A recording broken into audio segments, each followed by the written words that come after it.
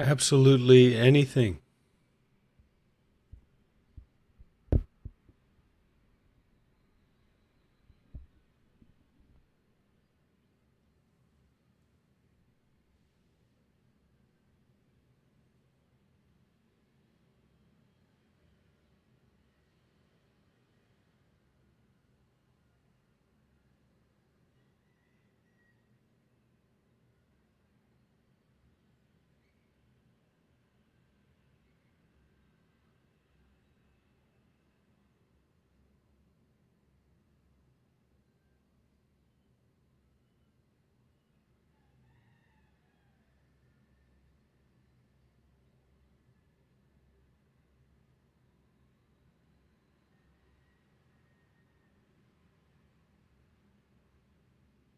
If you can do it now, if it's happening now, if you're doing it now,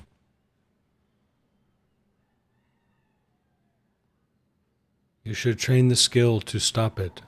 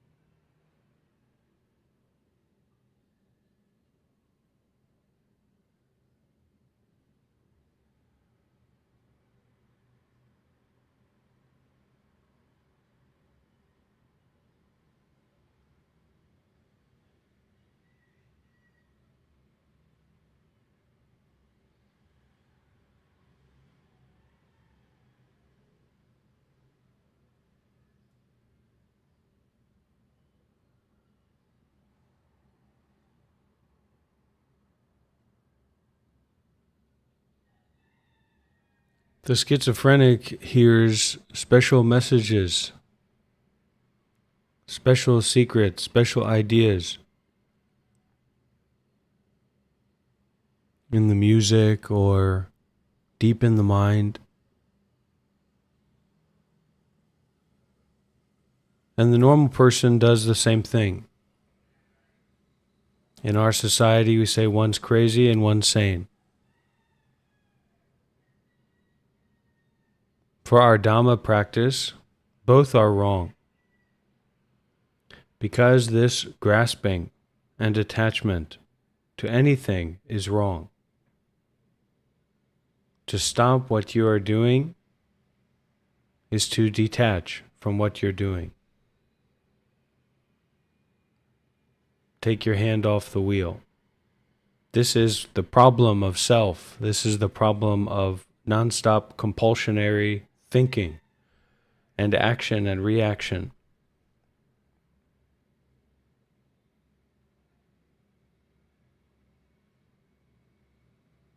Once you develop the power of mindfulness and detachment, then it's very difficult to poison you. It's very difficult to be poisoned. But when we don't have that power, even the smallest thing can poison us. You have to stay together with your precepts. Maintain your precept body.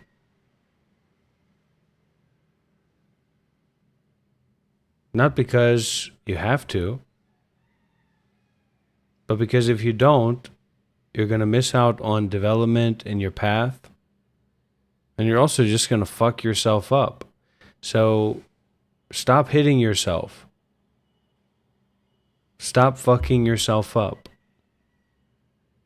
That's what the precepts are there for us to do that.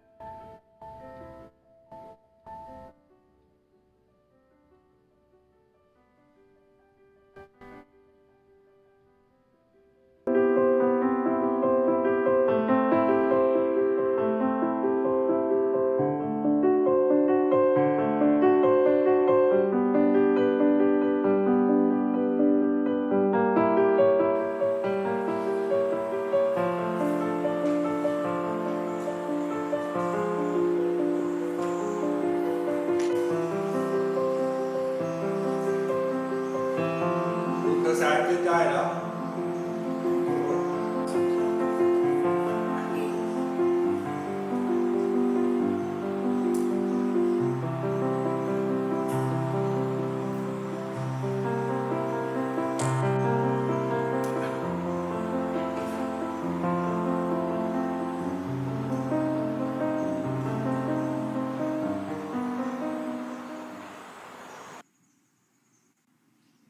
Okay, Sunny.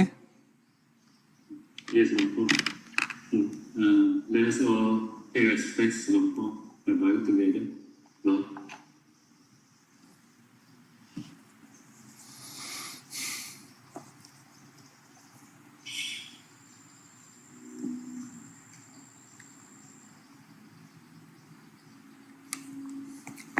Okay. Yes. How many people are attending? Lord, there are 16 Okay. people online. Yeah, it's summertime, holiday time. People people are on holidays. So okay, let's start with the questions, yeah. Yeah. Anyone would like to start in raising? Longpo, I wanted to ask for the last session, the last Dharma talk, you talk about conceit and that whether you are good at it and is considered arrogant, and when you're not good at it, it's also considered conceit. Why is it so? I mean, one can be conceited in one direction or one can be conceited in the other direction. I'm very good or I'm very bad, yeah? What is there that you can't understand? Conceit is not only positive, yeah? It's not only arrogance, you know? Okay. Because when we're young, our parents taught us to be humble, whereby even if you are very good at it, you know, they will say you don't really like admit it and stuff like that. So I mean, if you know something, that doesn't mean you're conceited.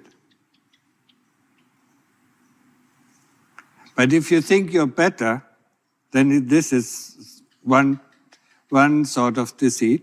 If you think you're worse, then it's another form of conceit.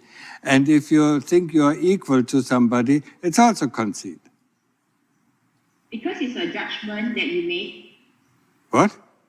Is it because that it is a judgment that you made? That's why it is considered, regardless of what direction it is, it's still considered conceit.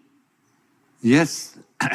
Well, what is it? It is. I think it is the eighth fetter in the 10 fetters that would bind us to the realm of, birth and death. It's called conceit, yeah.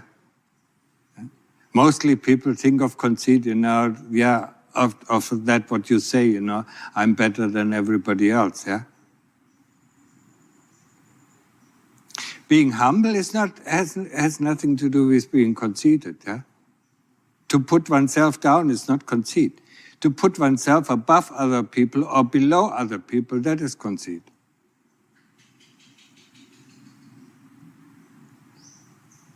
Okay, then the other thing I will ask is about precepts. If let's say in the office, right, there's my colleague is not around and there's a pen on their desk, and I just take the pen and use, and then subsequently I text the person and tell the person, actually I borrowed your pen just now. Is it considered breaking the precepts of stealing? No, because it still stays in the office. Okay, can. Thank you. So when you're coming? August? Yeah, I'm coming on maybe on the 10th. I'll come in at the 8 to do a bit of dana first in the afternoon. Yeah.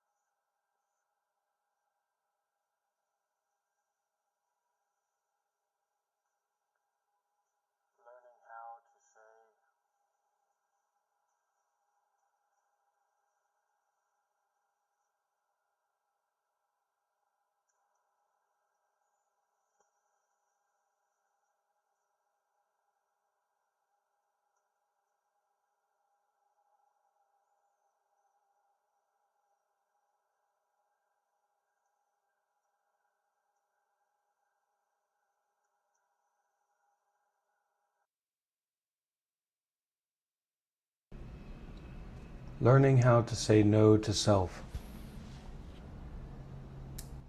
Learning how.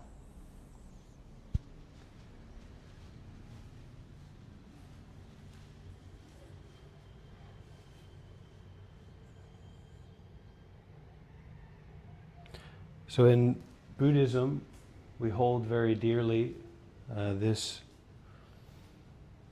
idea, this concept of Sakyaditi. Sakyaditi is the delusion of self.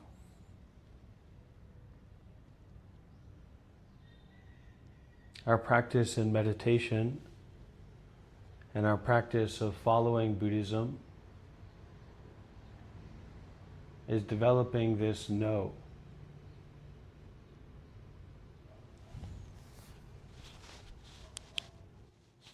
So how do we characterize, or how do we know the self?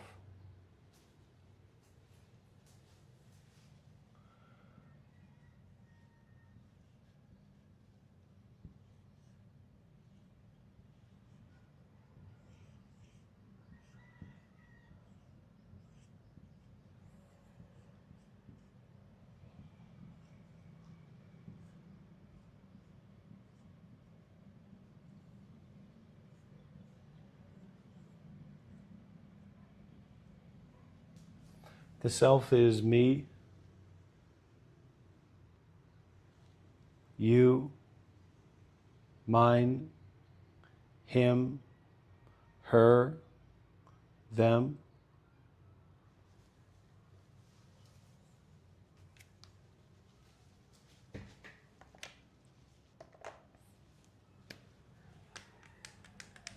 So anything in this bubble, anything that relies on me, you, mine, him, her, them, in Buddhism is the delusion of self.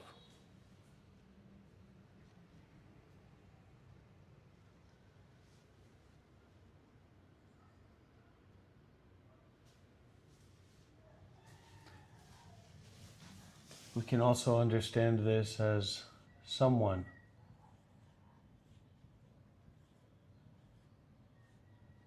Or something.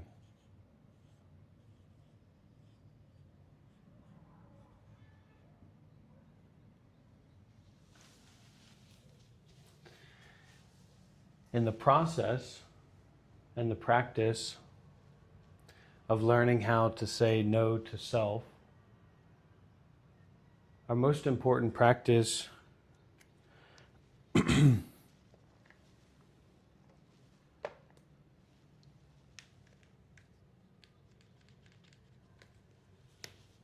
sometimes called meditation,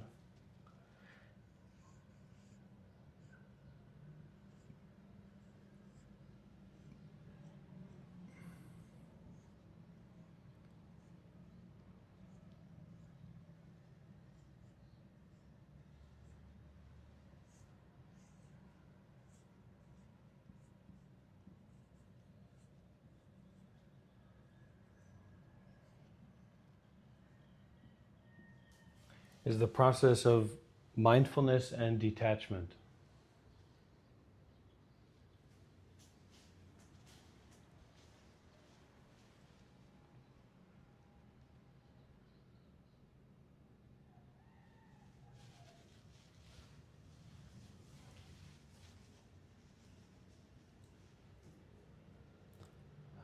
Mindfulness is not more than to be aware of. To be aware of someone, to be aware of something,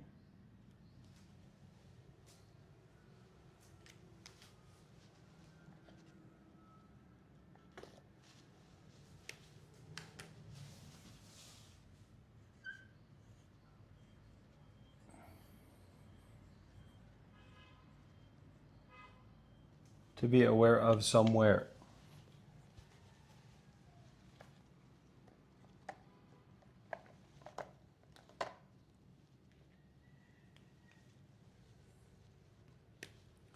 Someone, something, somewhere me, you, mine, him, her, them, can also be categorized and understood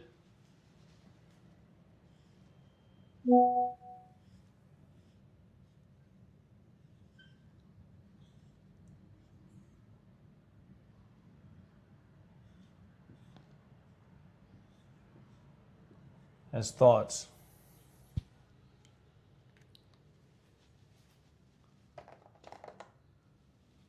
So in our practice of mindfulness and detachment, we are subtracting certain thoughts in particular when it comes to the delusion of self.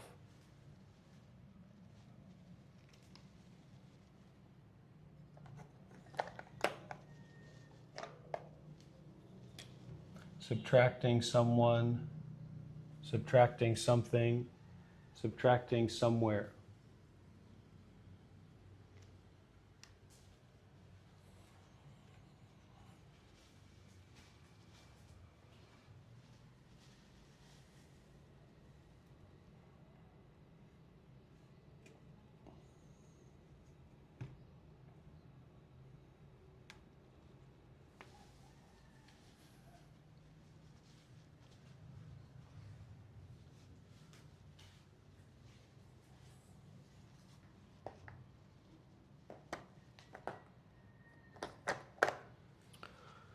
To do this Dharma math, we need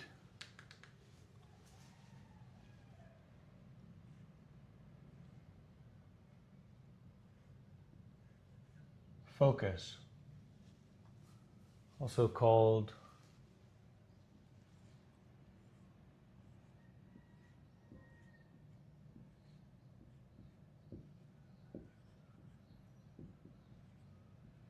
concentration. Our concentration and our focus allow us to learn how to say no to this delusion of self, this sakyaditi.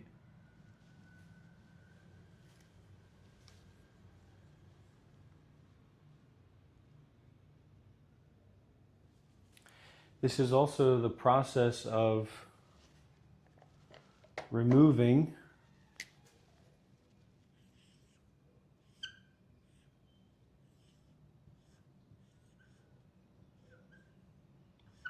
story.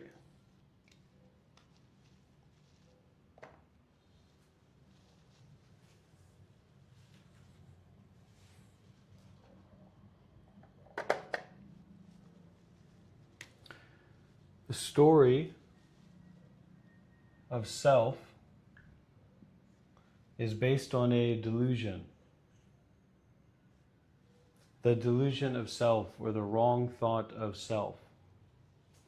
That is the delusion of someone, something, somewhere.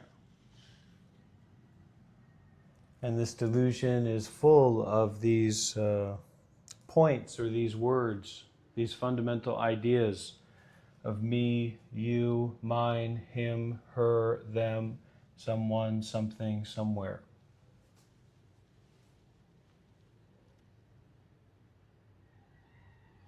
When we sit and practice formal meditation, we specifically do that because our thoughts are out of control.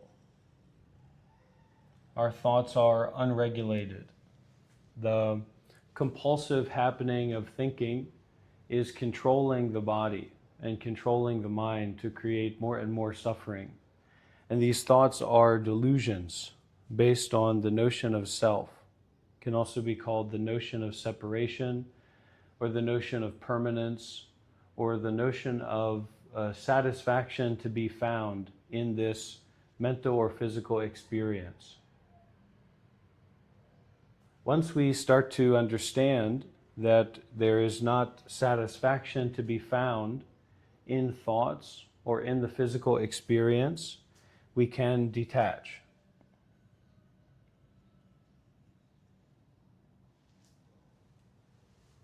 To do that, we have to have mindfulness. We have to be more aware of what is to be attached from. In the same way that if we were wandering around in a room without being able to see, it would be very difficult to make use of what we have in a skillful way, in the way that we would like to. So in coming here, in coming to our practice community, our Buddhist practice community here at the Monk Life Meditation Center, we are learning how to say no to self internally. And this naturally expresses itself externally. But working with the externals are just a tool that we use to develop our inner mind work.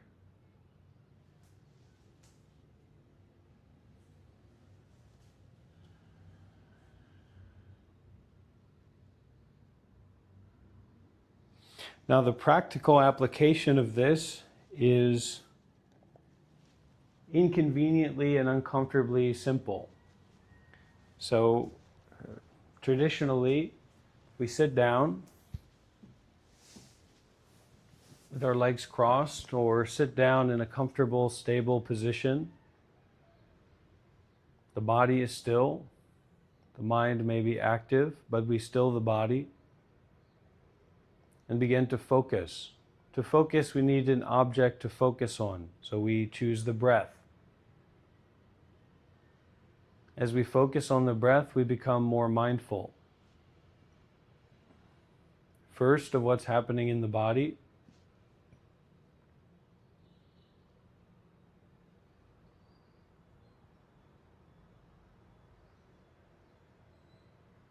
Then also what's happening in the mind.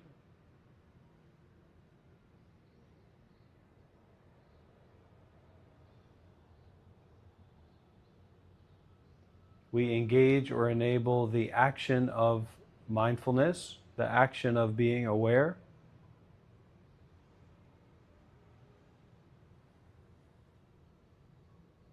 And the action of not attaching to what we are aware of. Stillness is a very good viewing lens or way of practice for not attaching.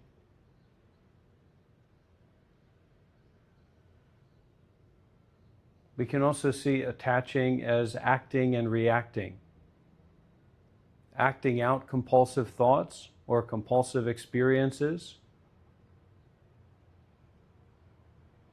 and reacting to compulsive thoughts and compulsive happenings, such as reacting to sound or acting out a sound, reacting to a thought, or seemingly practicing a thought, such as that's my thought or that thought is me, and acting out from that delusion.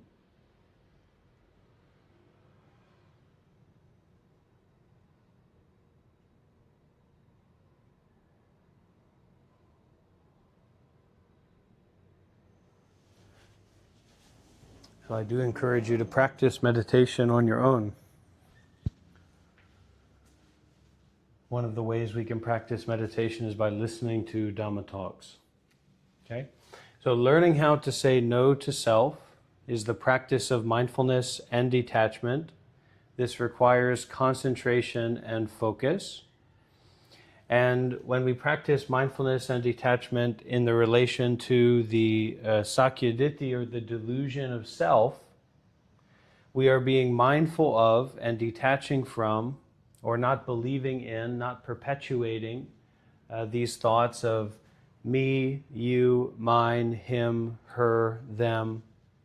These thoughts about, these thoughts pointing to, these thoughts reifying someone in particular, something in particular, somewhere in particular.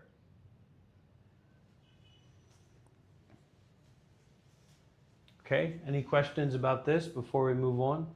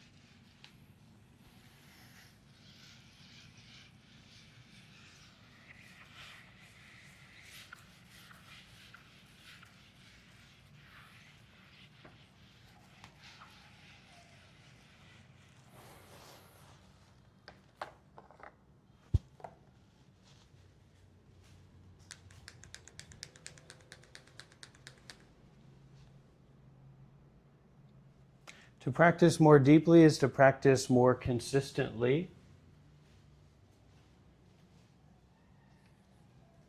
Practice meditation more. Listen to Dharma talks more.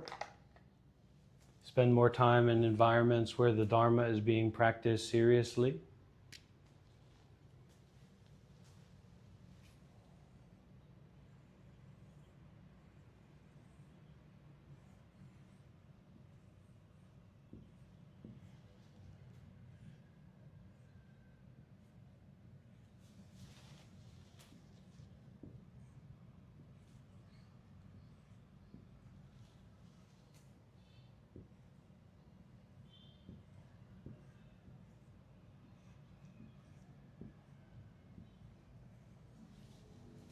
Okay? So what is the problem?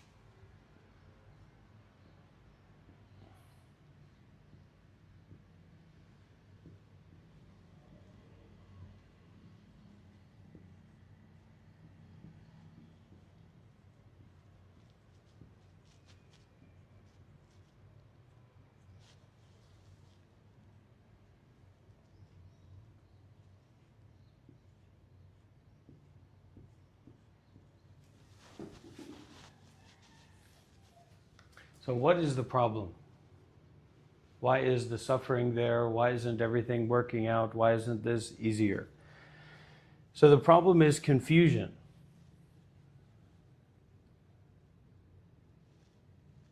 That is not understanding. That is false principles and practices. That is ignorance and attachment. The problem that is self. Me, mine, I.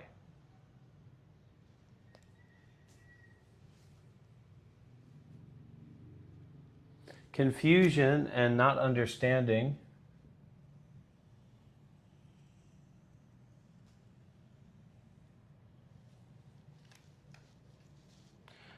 create a certain kind of mental environment.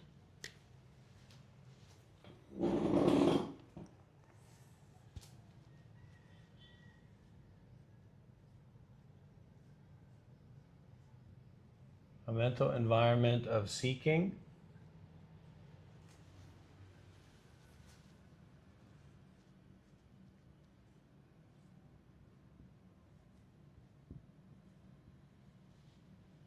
and a mental environment of avoiding.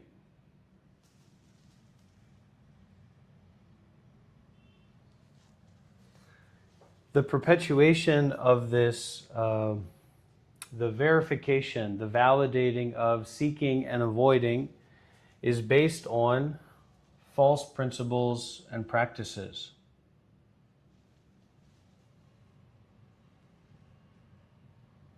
For example, that you will be satisfied, you will be comfortable, you will be happy, you will be free from suffering because you get what you want or because you feel the way that you want to feel, because people treat you the way that you want them to treat you. And acting out these false principles and practices, like, for example, a big one for a lot of young men in particular, is a feeling of depression, a feeling of anxiety, a feeling of uncomfortableness.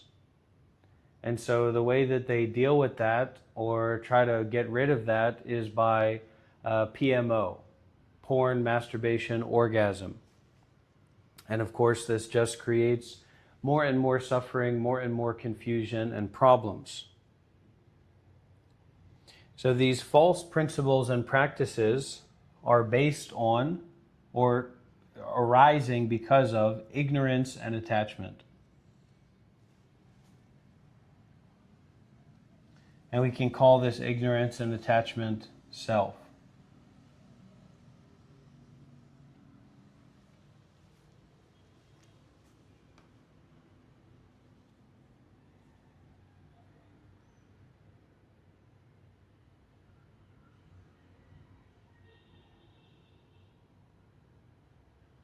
When we practice to stop thinking, when we practice to meditate, for a short period of time, it seems like, it feels like, we can put a big X on the entire situation. Not just all of the issues, but actually the question itself. The question itself of what is the problem disappears, gets crossed out.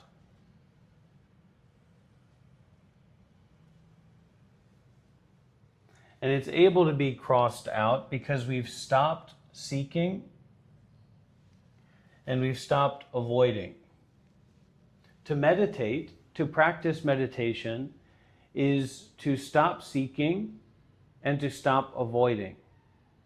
We practice formal meditation, that is, we go to a Dharma talk, we visit a Buddhist temple or meditation center, we practice meditation seriously, crossing our legs. You can do this not just for yourself, but you can do this together with the Sangha, together with Sayadaw's live streams. Even if he's speaking in a different language, you can listen to that and meditate. And it may benefit you more than if you just try to do it by yourself. When we're not avoiding and not seeking, the confusion and not understanding start to dissipate, slowly at first. And then more rapidly, we get to experience this dissolution of self. This dissolution, this falling away of I, me, mine, etc.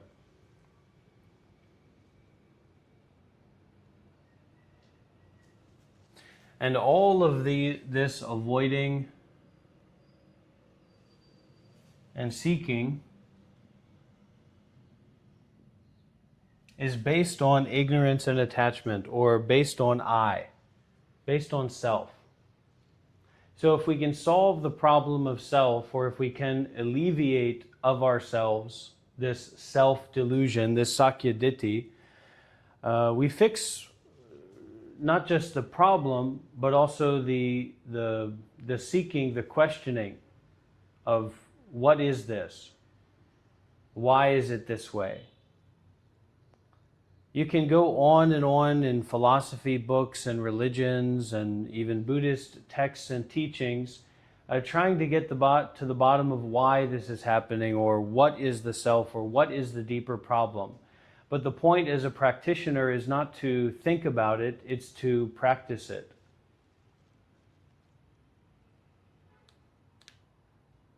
To clear the board, so to speak.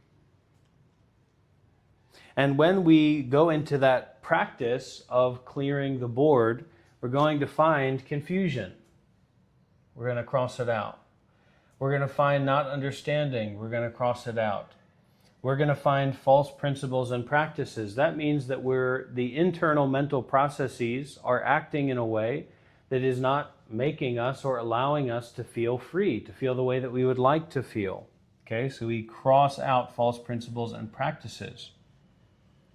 We cross out ignorance and attachment. And eventually, we get the possibility, the joy, the realization of dropping, cutting through this self-delusion. And the power of this in meditation is that you can also call meditation a protest against seeking and avoiding. If you're not willing to protest seeking and avoiding, you're never going to be successful in your understanding of Buddhism or meditation. And the power of meditation as well is in the fullness of it, the totalness of it. You are collecting your whole body, your whole mind, your whole life into this single thought moment, this single experiencing and ending thoughts by focusing on our breathing and sitting still. Okay, any questions about this?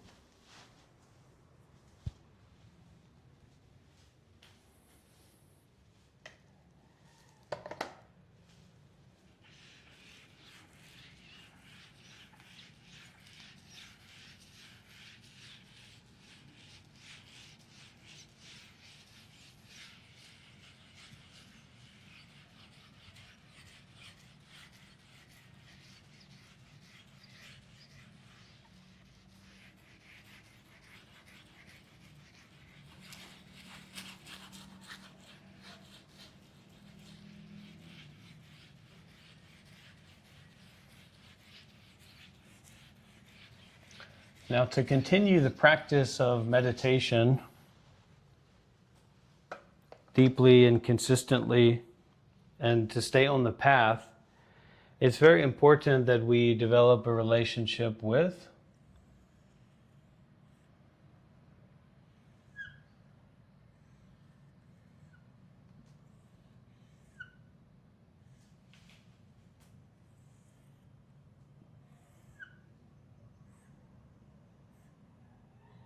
grace. Grace is very important.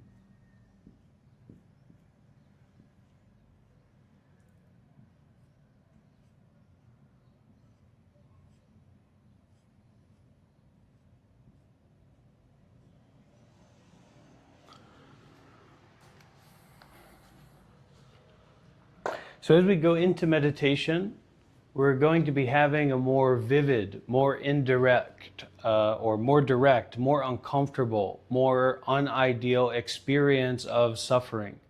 Mental suffering and physical suffering, they go together. It's just one suffering. The suffering of clinging, the suffering of seeking something other than what is already. And so as we take on precepts, for example, so we go from a person who has an addiction to alcohol or an addiction to unhealthy sexual activities, etc., and we start to take on the precept or the commitment to step back from that, to not perpetuate that, we're going to have a lot of failures, and we're going to just generally have to deal with more suffering. And so in that dealing with suffering from our failures and just the suffering of abstaining or enduring, it's very important that we follow this grace model. And so that is gratitude, realizing actual compassion, experiencing, or compassion effervescently. Okay, and the way that I describe compassion is the willingness, the intention, the energy of being with suffering, perceiving suffering, and helping or enduring or wishing or enabling for that suffering to end. So we develop gratitude for our present moment experiencing. And we realize that in the face of that, there is this actual compassionate energy. There's this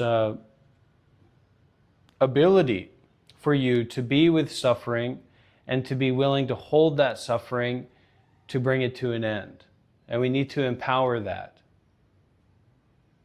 Holding suffering, being willing to endure it, to be with it, to end it. Because if you're not going to end your own suffering, if you're not going to face your own suffering, then no one else is going to be able to do that for you. Although there are certain mirrors in the world, like the Dharma teachers, that live through this. So they always are in this state of contentment, gratitude, and expressing this compassion effervescently, experientially.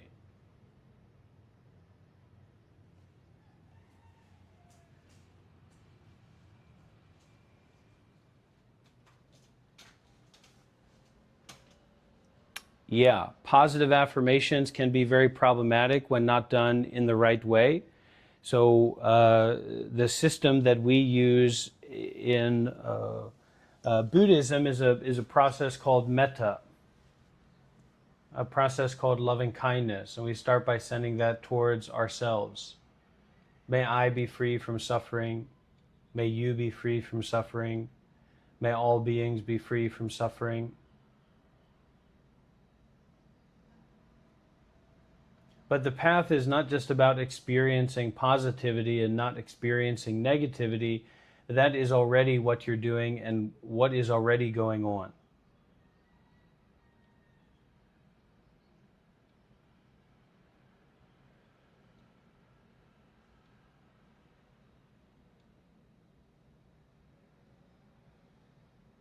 The compulsive seeking for pleasure and avoidance of pain. Do we have any questions?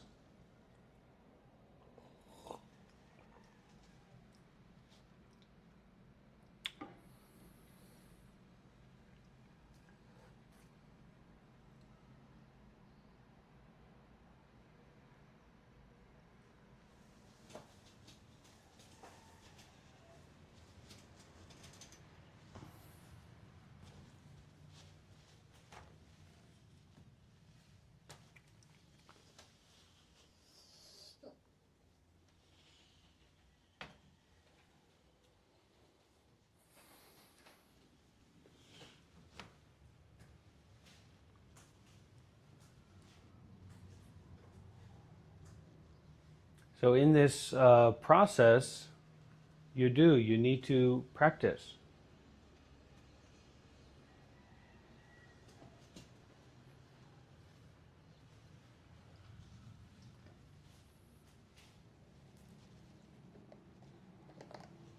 Okay? You need to practice more gratitude.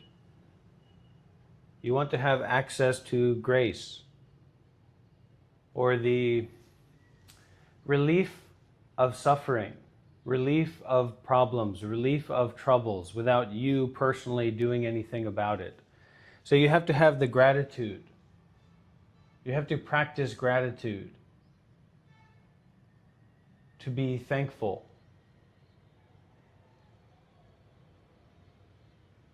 to be appreciative of the way that it already is. You have to practice gratitude towards the suffering as well. Because sometimes we're just dealing with suffering, and it's a part of our process or our practice of being free from suffering. And then we, for better or worse, we go into the practices that cause us more suffering. And now this I is reified. This I is lifted up.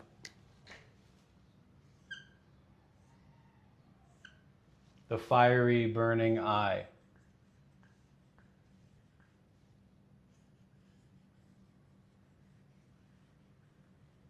Very unpleasant, very difficult.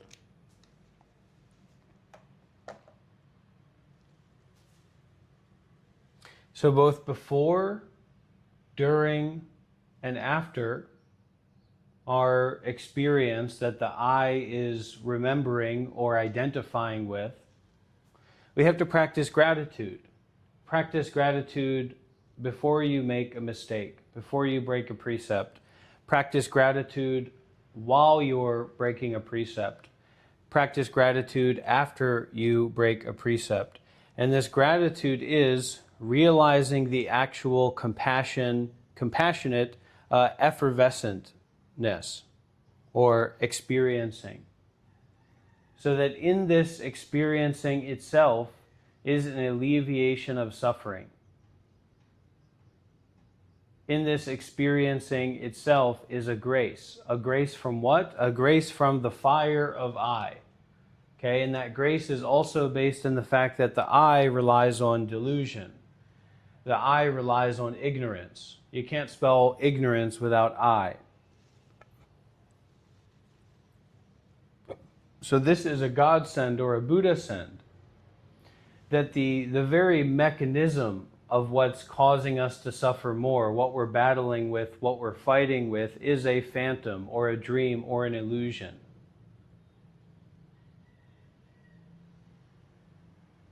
And it's more important that we remember that than we do or don't do a particular thing. Certain particular things won't be done when that I is not relied upon. You see what I'm saying? So it's less or more important that you drink alcohol than drinking alcohol with attachment or drinking alcohol with detachment.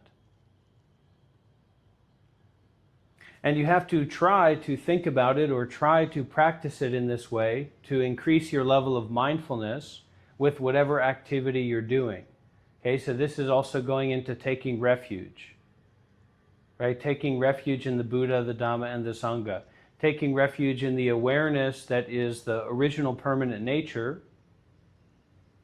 Taking refuge in the Dharma, which is sharing the way of unclasping that which can't be held onto anyway. And the Sangha, which is the community of all phenomena that do not grasp, that have their basis in dissipation or disappearance.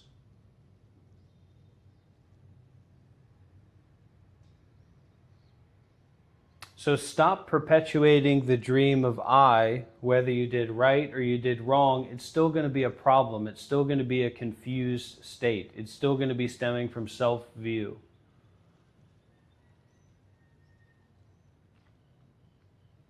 Apply this teaching of doing with mindfulness and detachment to everything that you're doing, to anything that you're doing. Okay, this is a kind of true practice of morality. Remember, remember, remember, remember. Not in terms of good or bad, or pleasurable and painful. Because the pleasurable and painful, they support one another. Right? Sometimes we do things because they're naughty. and that creates a friction in the mind. And that energy of friction gives us more excitement or more disturbance, right? Excitement can be considered disturbance as well. So we have to break down that paradigm. What I'm doing is good, what I'm doing is bad. It is, right? What you're doing is wrong or is creating more suffering. But regardless of that, it is temporary, it is impermanent, and it's not based in you.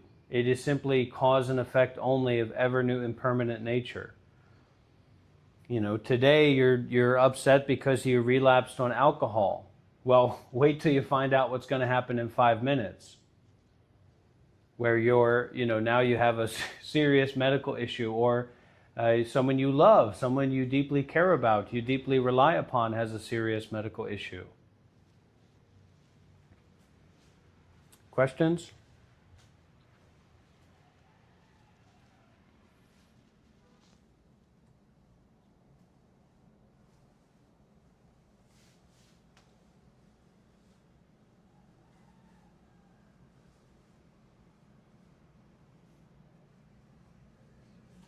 So this is the correct process, Michelle, of mastering the lower and the higher self, as you would describe it.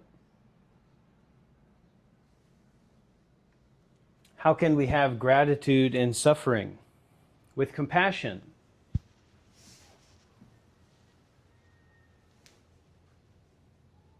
With insight. So for example, what a bore it is, how boring it is to breathe. Nothing worse than breathing, right? There's nothing more boring than breathing. Imagine going to a breathing class, or imagine going into a YouTube live stream where the guy was saying, just keep focusing on your breathing. That would be our worst nightmare, right? There's nothing worse than that. And yet, with this insight, with this being informed by wisdom, even a kind of lower wisdom, this breathing is actually keeping us alive. So you are rejecting or you are judging the very mechanism that you rely upon to continue being alive. You resist that, you frustrate about that, you diminish that, you dismiss that, you spit on that. It's remarkable, but it's true. We spit on the process of breathing.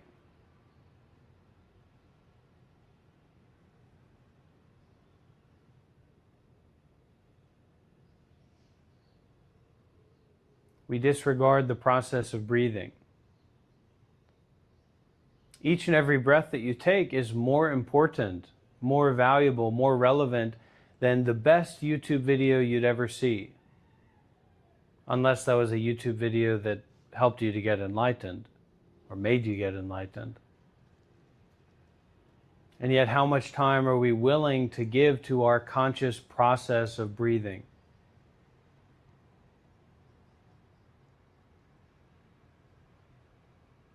You know, when we're looking at somebody sitting there breathing,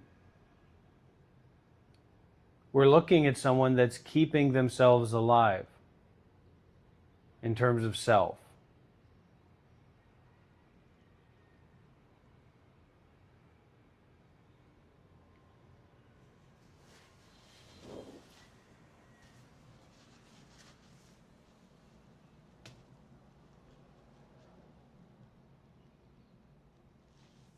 Okay, Logan, so grace has a foundation of ever new impermanent nature.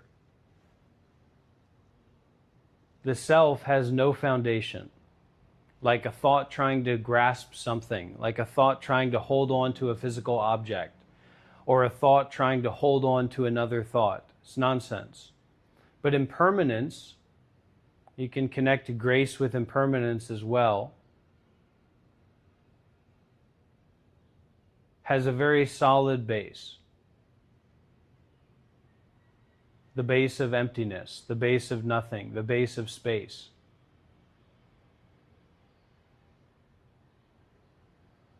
The base of non-thought. So we don't need to think to notice or to be aware that nothing is permanent. We need to think to imagine things as having permanence. Things are sold to us. We believe in things because we think that they have a permanence, that they're solid. And we disregard that which invalidates that idea. So we disregard space, for example. We can say that in terms of space, what's surrounding the planet Earth, but also just space in general. The space out there, the space in here.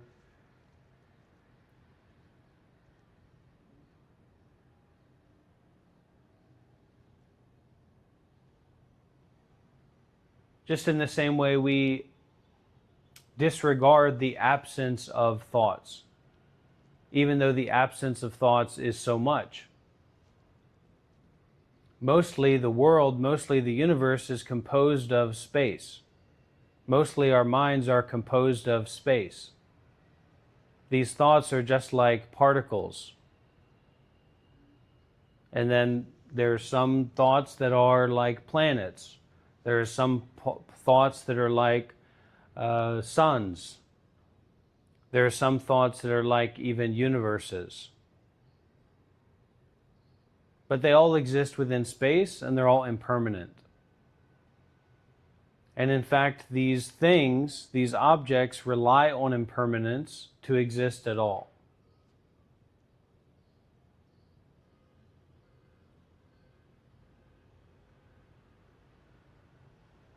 So this nature, let's say, this true consciousness, let's say,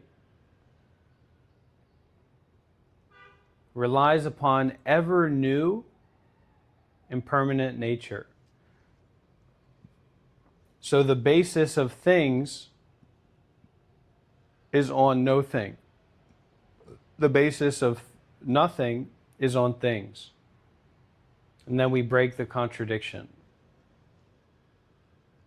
We break the duality. And a lot of this process as well is getting a deeper and deeper faith in this truth, in this original truth. This faith in the nature of the mind, this faith in the way that it actually is, or thusness, rather than the stories, the ideas, the self-narratives. You could say it that way, Logan.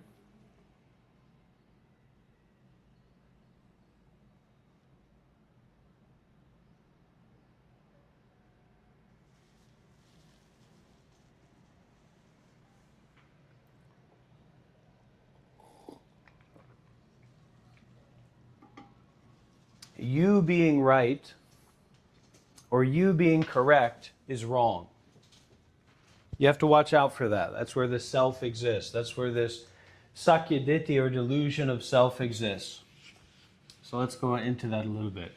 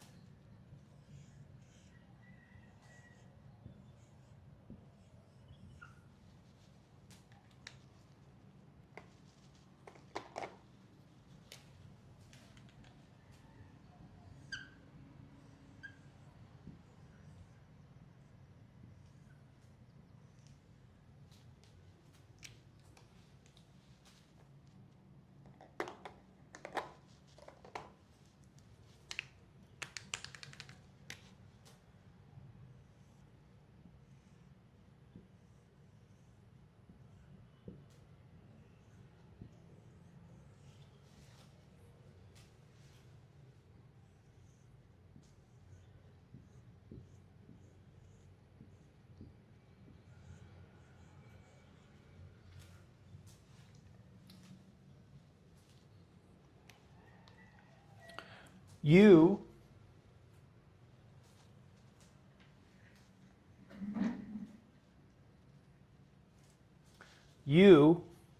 in this moment, and also philosophically or intellectually, you depends on me. Good depends on bad. Things, or a thing, depends on nothing.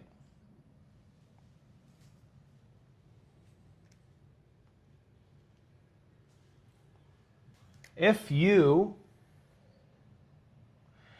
subtract me from you, then you cease to exist.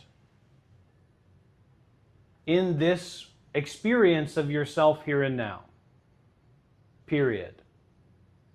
If you're hearing my voice, if you're looking at me, if you're in this situation, if you are someone in this situation right now, then right now, if me was subtracted from you, you would not be the same. You would not be the you that is currently here.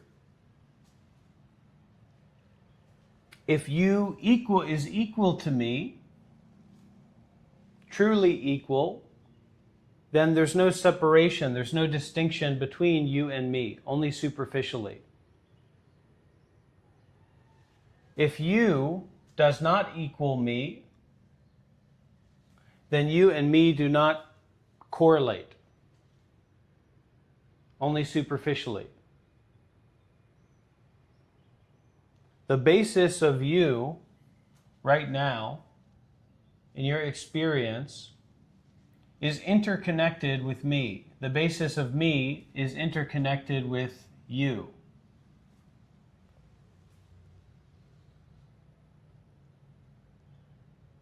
So there is a kind of, there's two kinds of reasoning that we use in the Buddhist world that we understand. There's true reasoning, which would be the reasoning of Sakyaditi, or the delusion of self.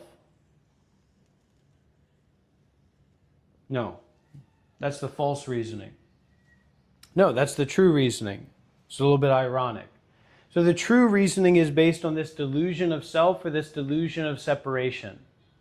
The false reasoning is based on this burning I, this temporary sense of the way that it is.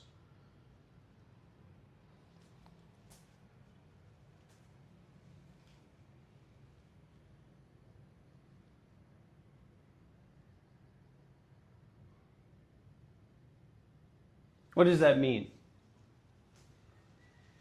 Well, the basis of what that means is that the highest level of science, the highest level of math, is a monkey's opinion. Because it is based on things that appear in the senses of the monkey.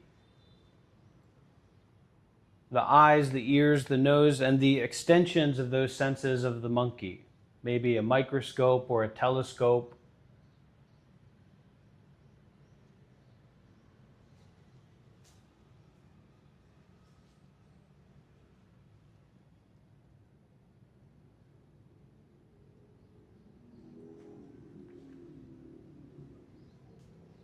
So until we can have clear perception into the way that it actually is, which isn't based on anything in particular.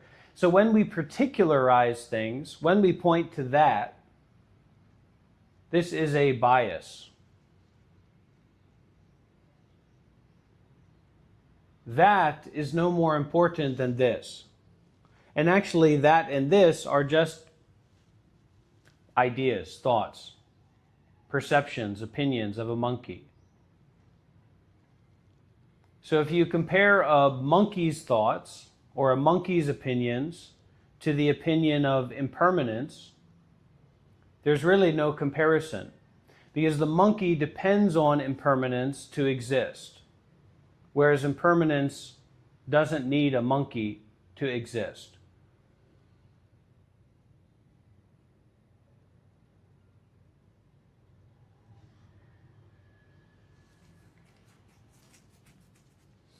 In the same way, the emptiness or the impermanence of good and bad doesn't rely on the duality of good and bad.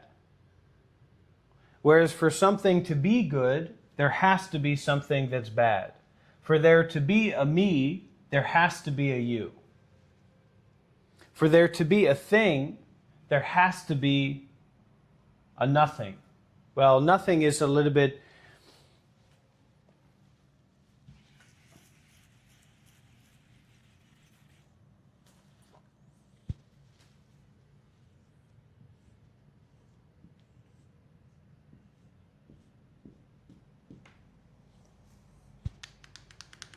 For there to be a thing, there has to be a lack of a thing or space for that thing to exist.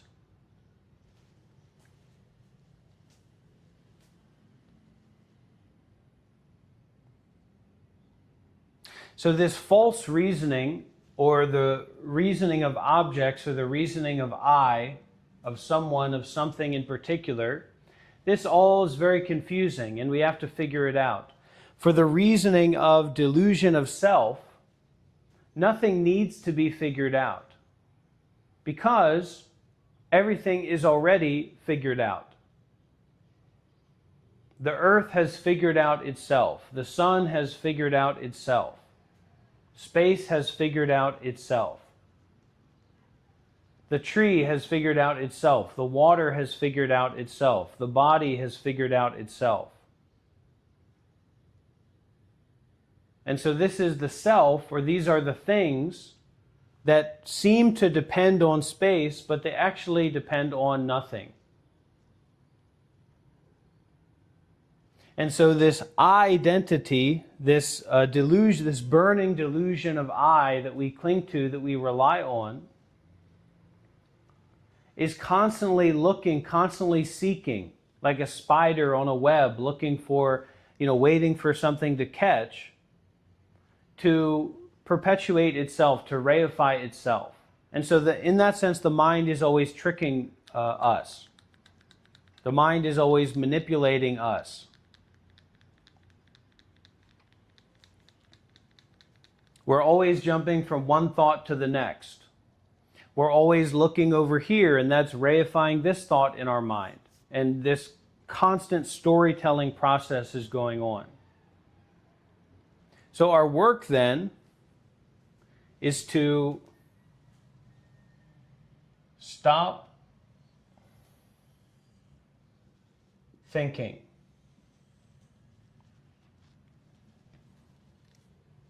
And we have two elements here. One element is I'm pushing a little bit past my pay grade here. But the other element is this sense of I, this sense of self. It always feels like it has a right to understand, like it has a capacity to understand. And we can say, well, look, doctor, look at the world.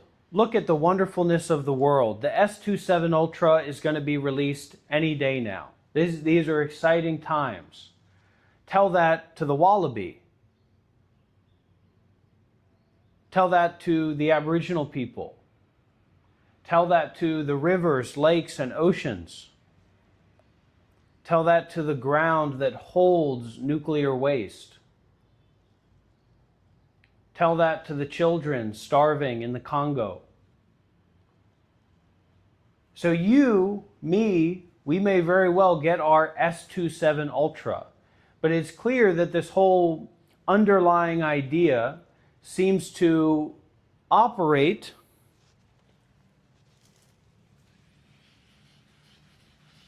on poison.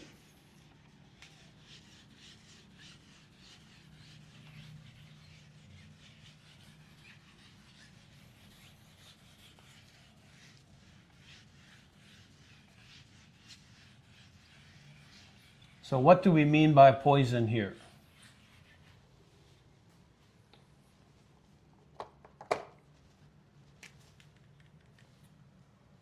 Poison.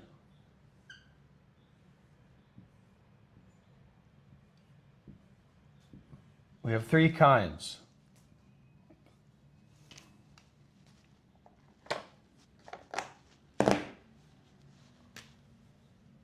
greed,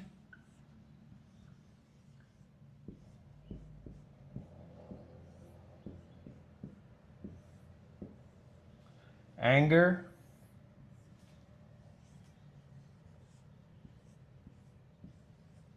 delusion.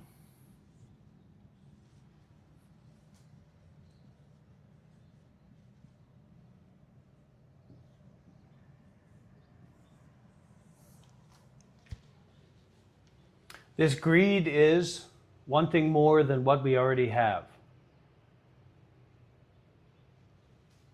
This anger is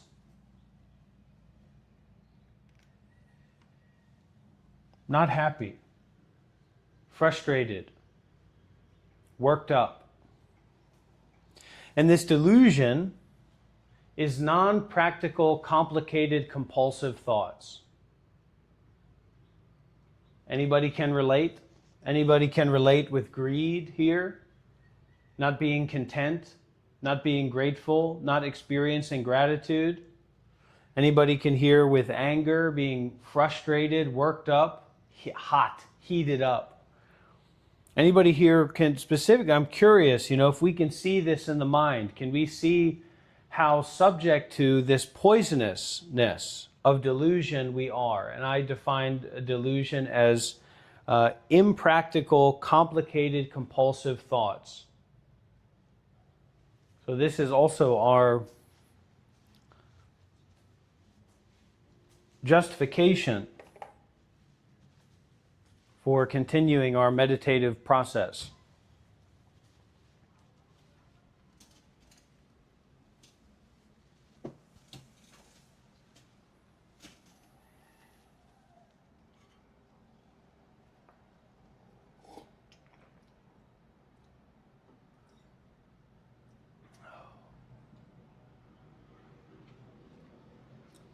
We is just aversion versus them. So that's not correct math, Michelle. And your math is not correct. Hate to be the one to tell you. Poisoning the mind, that's right. Poisoning space with things, with unnecessary, complicated, impractical things.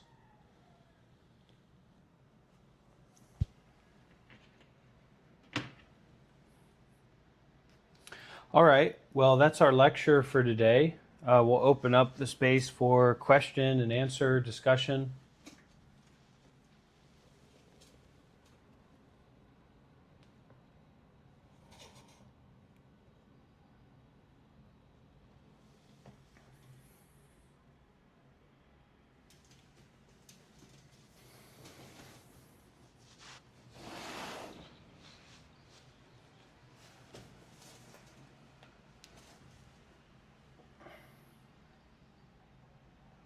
Not here, it's not.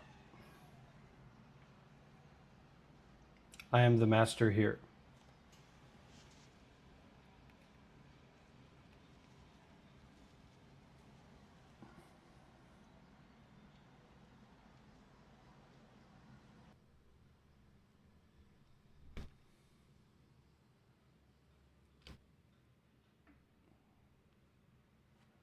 Nice. Nice, RH.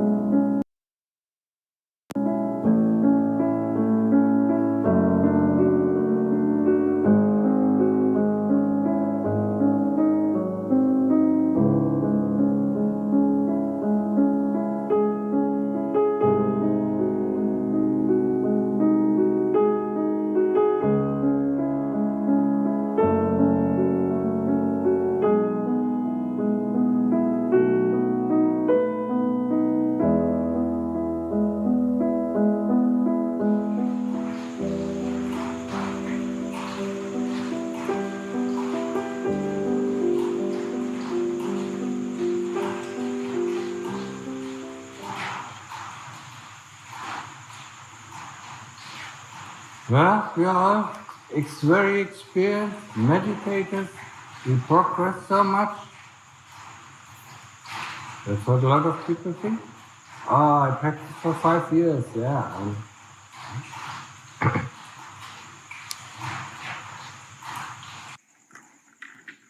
I don't need to do the basic stuff anymore. Huh? That's what we think.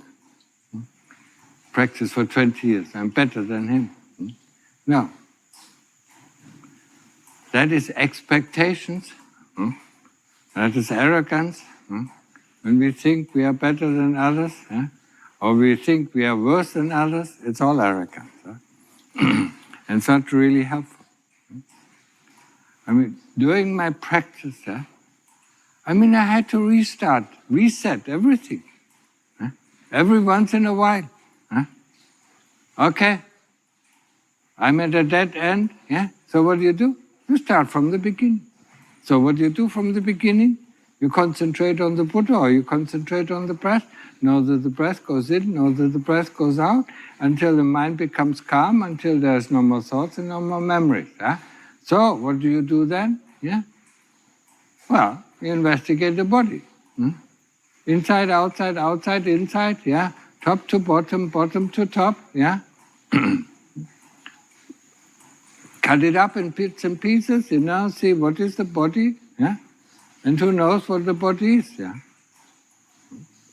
Or do other things, we have 5 khandhas, we have to investigate the 5 khandhas, And we use the principles of anicca, anatta, and dukkha. Anicca, impermanent, comes and goes, comes and goes. Our thoughts comes and goes. We didn't invite them. Our memories comes and goes. We didn't invite them. Do you invite them? No, they're just there. Just like the clouds in the sky or the rain that comes, and then there's sun, and then comes rain again or clouds again. It constantly comes and goes, disappears. Just like our thoughts comes and goes. Memories comes and goes. If you really want to memorize something, or remember something, sometimes it comes and sometimes it doesn't come. It's not within our control. So we start. I started always always fresh. And Lukta Mahabodhi said, even if it was just at the last stage, just the last stage to fight avijja, I'm too restless, I'm too, I want to achieve something, So he went back to the Buddha. Okay, just let's calm down, and do the things, And, and a practitioner that starts from fresh, and a person that is just in front of the, the last goal, does the same thing. He calms the mind and he investigates. He calms the mind and he investigates. There's no difference. We always do the same thing. And that is always good to remember. And this is also one thing, we cut down our expectations. No. So what now? What is happening right now? And that's what we ask ourselves. What is happening right now? Are feelings coming up? Are memories coming up? Okay, there are memories, Memories come and memories go. Feelings come, feelings go, They are not me, not mine, not myself. Like anicca, anatta, and dukkha. That is anatta. Whatever I can perceive, whatever, whatever I can see, or whatever I can hear, it's not me, it's not mine, it's not myself. Whatever I can feel, the thoughts that come, Who knows that there is a thought? If you don't believe it, try to ask. Hey, thought, do you know that you're a thought? Who puts the labels on it? The chitta says, this is a thought, this is a tree, this is a woman, this is a man, this is, this, this is a village, this is a desert, Who puts the labels on it? The chitta. Because the chitta perceives something, and the moment it perceives, it puts It puts the labels according to what it has learned since the beginning of its birth. That's what we train. Yeah, we train from day one. We are born. Yeah, first we train to walk. Yeah, then we train to talk. Yeah? Then we train to read. Then we train to write. Yeah, and then we train to think. It takes us 15, 18 years, to train this body so that we can use it fully. Wow, that's a long training. Yeah. When we train a robot, it takes, a complicated robot, automation robot, takes maybe 3 months, 6 months, yeah? And then he knows what to do. Our body, is very complicated, much more complicated than this robot, yeah? I mean, we have to train it for 18 years, yeah? Or 16, 18 years before we can use it, fully. Yeah? And in the next life, we have to do it again. Because we all forget everything. Yeah? We forget everything when we die, yeah? Everything that we achieved in this life is gone. Yeah? Except the good karma and the bad karma, that we take with us. Yeah? And maybe some experience from this life, in forms of wisdom, in forms of samadhi. Yeah? But, these things, we have to revive them again. Yeah? And the longer we wait, the more lifetimes we wait to revive them again, the more difficult it is to revive them. Yeah? I mean, think about learning a language and then you don't speak it for 30 years. Yeah? It's pretty much gone. Yeah? But it comes back much quicker than somebody who has never learned the language. Yeah? And that's the same with our practice. Yeah? So if we give up now, the next life it will be more difficult. Yeah? Because what we do when we give up our practice, what did the Lord Buddha say? Who doesn't go one step forward, goes 2 steps backward. Remember that, yeah? The moment you give up, you lose a lot. You don't lose everything, but you lose a lot.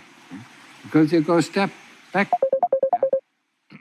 You go in the direction of the kilesas, and the more you go in the direction of the kilesas, the stronger the kilesas get. So remember this. Especially remember it. Fight, yeah? When you fight, when you fight the kilesas, when you fight pain, yeah? We don't fight the pain, we investigate the pain. Yeah? And if it's too much, then give up. But know that you give up. Know that the kilesas have defeated you. Because only then can we learn something. If we just get up, and say, oh, okay, that is the solution, no more pain, yeah? We haven't learned a thing. We're still as stupid as before. But when we tell ourselves, okay, now I can't bear the pain anymore, and I cannot investigate it because, my mind is completely out of control. So, okay, kilesas, you defeated me. White flag, yeah? But next time I do it a little bit longer. Yeah? That's how we progress. Yeah?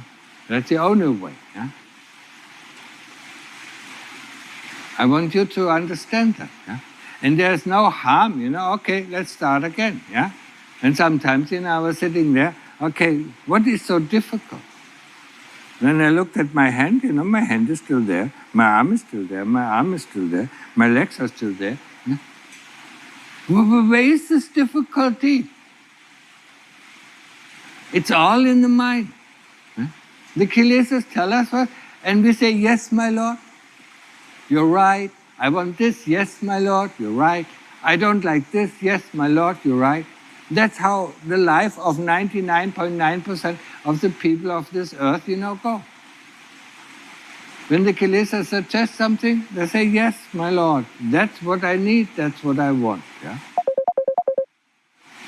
And that's how we get deeper and deeper and deeper into the mess. Yeah? Because the more we give in to the kilesas, everybody who has kids knows it, the more we give in to the desires of the kids, the more, the more that they will complain if you stop giving them what they want. And it's the same with the kilesa, yeah? And you will see them, constantly necking it off, yeah? I don't like this, this is too painful, this is so difficult, yeah? If you don't address, if you don't address the difficulty right now that comes up in front of us, sooner or later we have to do it again. Yeah? That is what the problem is, yeah? No, whatever happens, yeah? Sooner or later we have to face this problem, yeah? And have to overcome this problem. Yeah? Well, sometimes we might not have the the wisdom to overcome this problem, then we can postpone and say, okay, I have no wisdom, to fight this, but, it will come again. Yeah? But we think, because of all our life, how we were trained, we think, if we avoid a problem, then it's the end. No, it's not the end. It will come back sooner or later. And we all know that, we all have the experience of it, yeah? When we work, we work very hard, it's quite troublesome. Lots of dukkha, lots of dissatisfaction. And then we go on holiday. And holiday, there's no dissatisfaction, yeah? But if we stay longer than 3 weeks, the problems come back.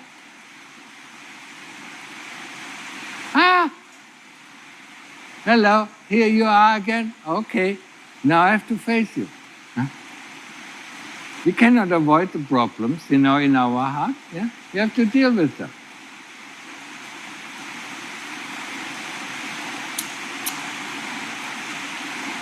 Tanya, when I give a talk, we don't drink, yeah?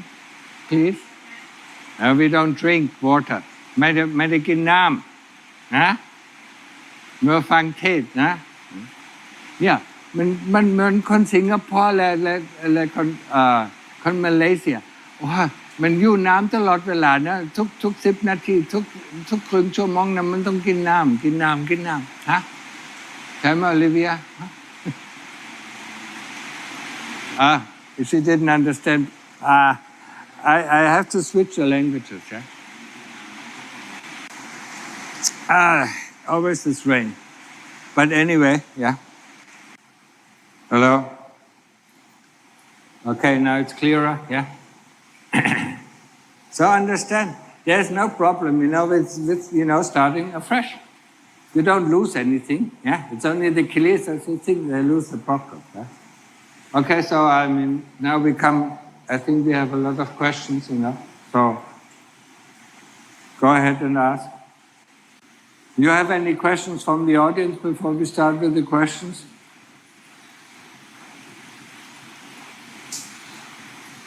If not, you always have the opportunity in the morning, if you have personal questions, to ask me after the meal. Okay, so first the questions from the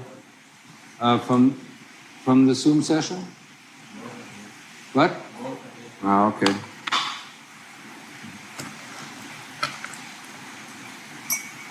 Speak a little bit louder. I will be facing surgery soon. What would be the best method to keep me calm, since I cannot practice concentration because I cannot maintain the precepts daily? He cannot. Why can't he? What was the question? He can't keep the precepts daily because of what? He can't practice concentration because he cannot keep the precepts, but he wants the best method to keep calm. Yeah, he has to practice concentration. It's like a little child, tells his mother, oh, it's so difficult to walk, I don't want to walk, I cannot walk. Please carry me around. No. If he cannot keep the precepts, what happens? What did the Lord Buddha say? If we can't keep the precept, we go to hell after we are dead. So he should, yeah? He should make himself aware, yeah? If he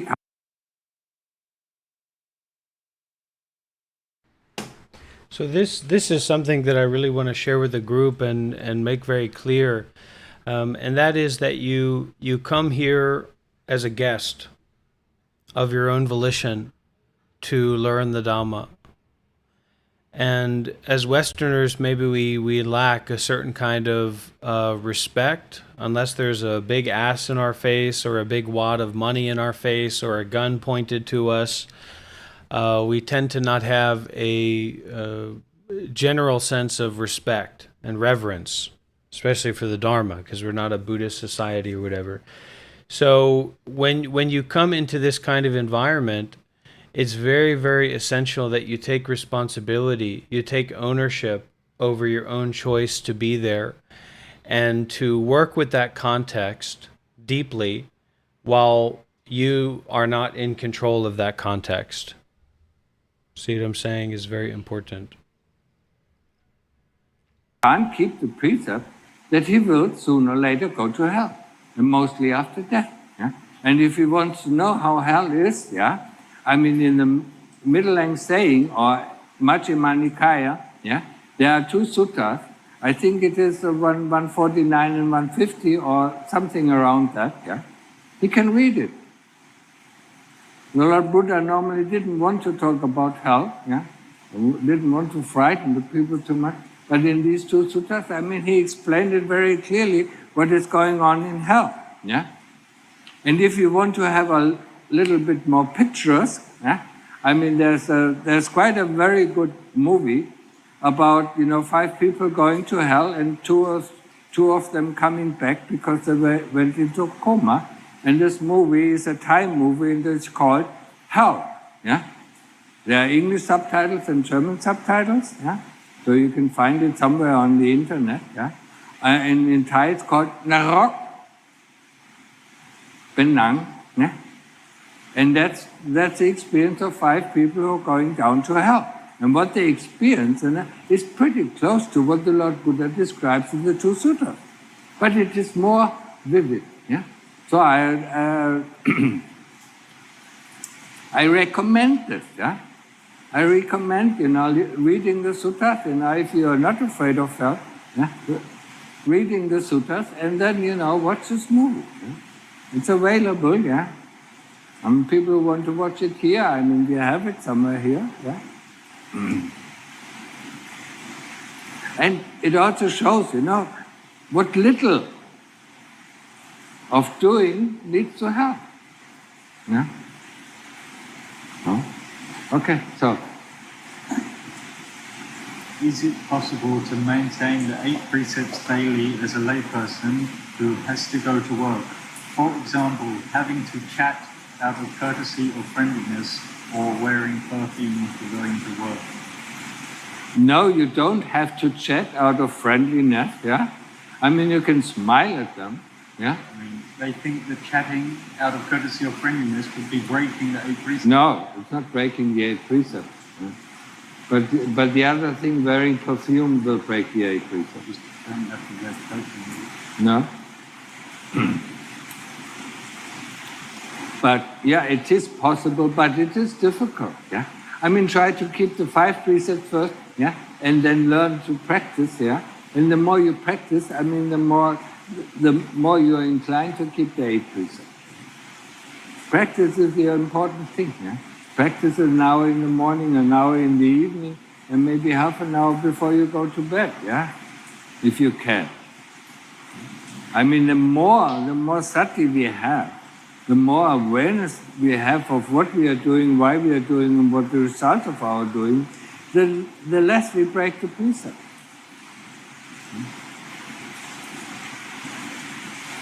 Yeah?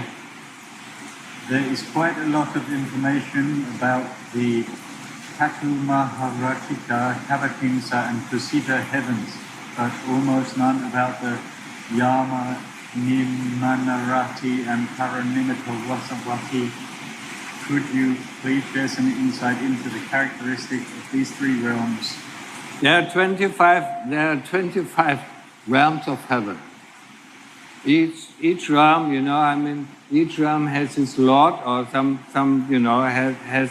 has their god, or there's the heaven of the gods over 16 gods, I mean, every realm of heaven is different.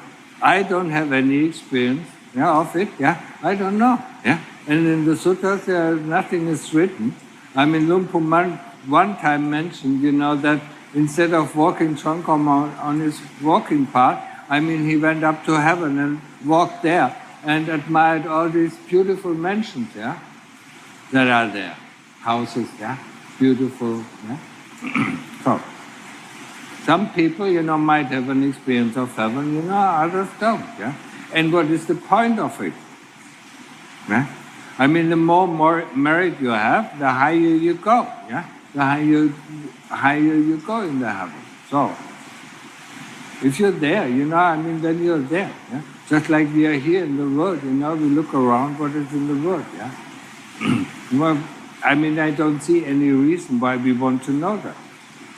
What does it bring you in our practice? Well, maybe it brings us a desire to go up there, if we know that is so nice, But we have to remember, even in the highest heaven, the people have dukkha, dissatisfaction. Not very often, but I mean, they do have it. So, what's the point? The point is to overcome the dukkha. That's the point of our practice. Sometimes when I meditate, I see faces of different people. Of what? Faces of different people. Yeah. They are all unfamiliar to me. They just appear and then disappear. Do you know who they are and why they are appearing? I don't know who they are. I mean, there are probably some people, from the past life. And they come up, in the memory. Or, I mean, you might have not, I mean, there are relatives, early relatives, your grandfather, who looks after you. I don't know.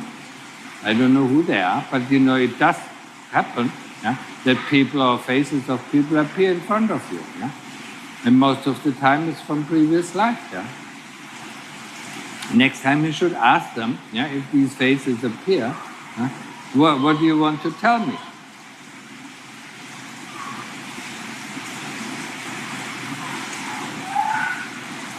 How important is Sangha and a teacher? I am very serious in my practice, but here in Japan, everyone is Shingon Zen or Pure Land. Nobody I know is practicing like me, and so apart from Ajahn Martin and other online input, I'm basically pushing on alone. I worry that I might go down the wrong path and develop unskillful practices. I mean, if you listen, I mean, I often tell, I mean, it is very important to have a teacher.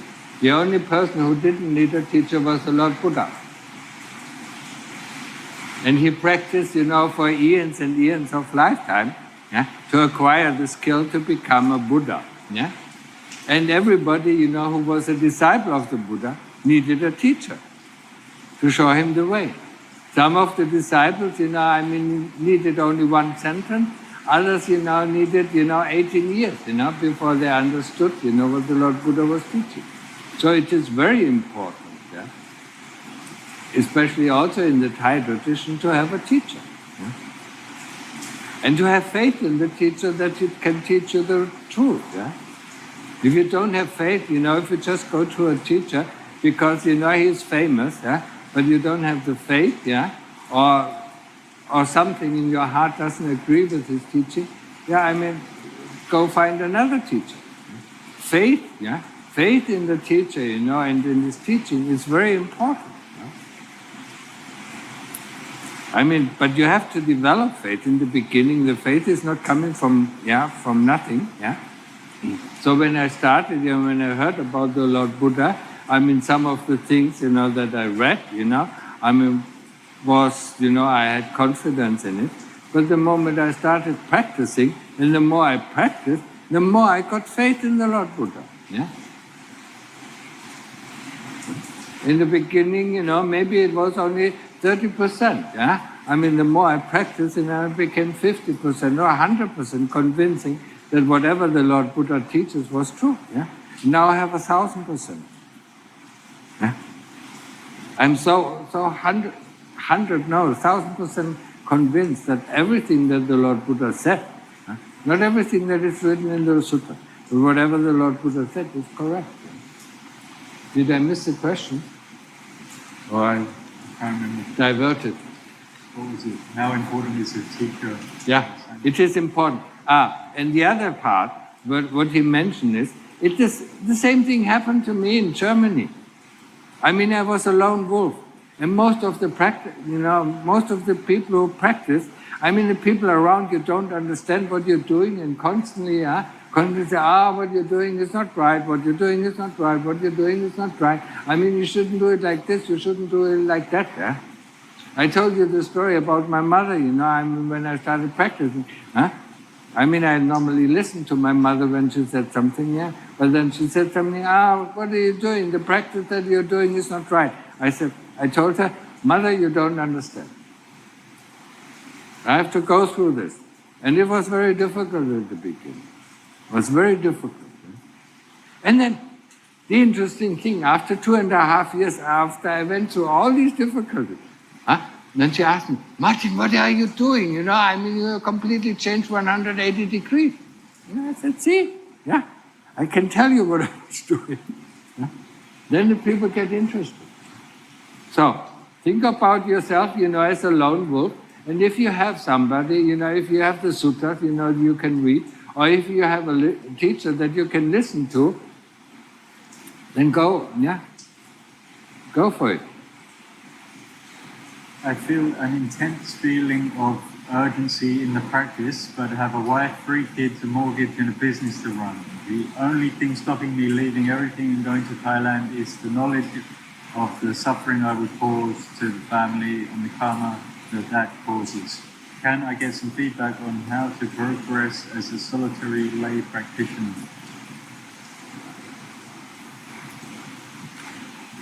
We have to think about the life story of the Lord Buddha. I mean, the Lord Buddha left his wife and his young child, 1-year-old child, and went out, to seek for the solution and to seek for enlightenment. And if we are earnestly, becoming a monk, and earnestly practice for however long, this is much better karma after how do you phrase it? It's better karma than looking after your wife and your children and your business. But if he's afraid to lose everything, then he's not detached enough from the world that he can go the path. If he is not afraid of losing anything, he can go the path. But I'm more inclined to think that he's afraid of losing the thing. The karma is just a pretense. No, the karma that you do for your family, you can't do any better karma for your wife or your parents than to ordain as a monk and seriously, earnestly practice. Because you share the karma with you share the merit of your practice with your parents. And they will rejoice even if they don't believe you. My parents didn't believe me until they died, and then they came and said, I want some more. I need some more merit. I cannot build my mansion in the heaven, So, then they understand, especially when they are Christians or things like that, or Muslims or whatever. The merit that you do as a monk, is unprecedented, And if you share that merit with your parents or with your family, you cannot do anything better. You can rake in millions of dollars, but that doesn't help. For this life, it might alleviate them, but in the next life, they have nothing to live on. Okay? I used to meditate for 1 hour in the morning and 1 in the evening, but I had to reduce it to half an hour in the morning for a couple of months. When I started meditating for 2 hours a day again, my mind felt very slow. His mind felt very slow. Slow. I work in a very fast-paced factory job where I have to think a lot. But after meditating for 2 hours, my mind became very foggy and sluggish. It felt as if my mind and my sensory organs were very far apart. The feeling lasted the whole day. Ever since that experience, I've limited myself to just 30 minutes of meditation in the morning and He has to investigate that feeling. Yeah. I mean, what is it? Yeah. I mean, he has to do the reflection. I mean, try to reflect what is happening. Yeah. Well, what is it? You know, what is it? You know, I mean, feeling sluggish. You know, I mean, it's all. You know, I mean, the kilesas can produce these feelings. You know, to avoid. You know, practicing. I mean, if he goes, you know, and starts to practicing, yeah. After half an hour, he feels, you know, something is going off, yeah. Then he should investigate it, yeah. Should overcome it, yeah. Because otherwise it gets worse and worse and worse, yeah. Just like I said, if you don't make a step forward, we make 2 steps backward. Well, that's my only advice I have, yeah. I mean, giving up on the practice, you know, makes things worse. And investigating the sluggishness, you know, I mean, yeah. What is it? How does it feel like? I mean, I teach you so often, you know, I mean, the primary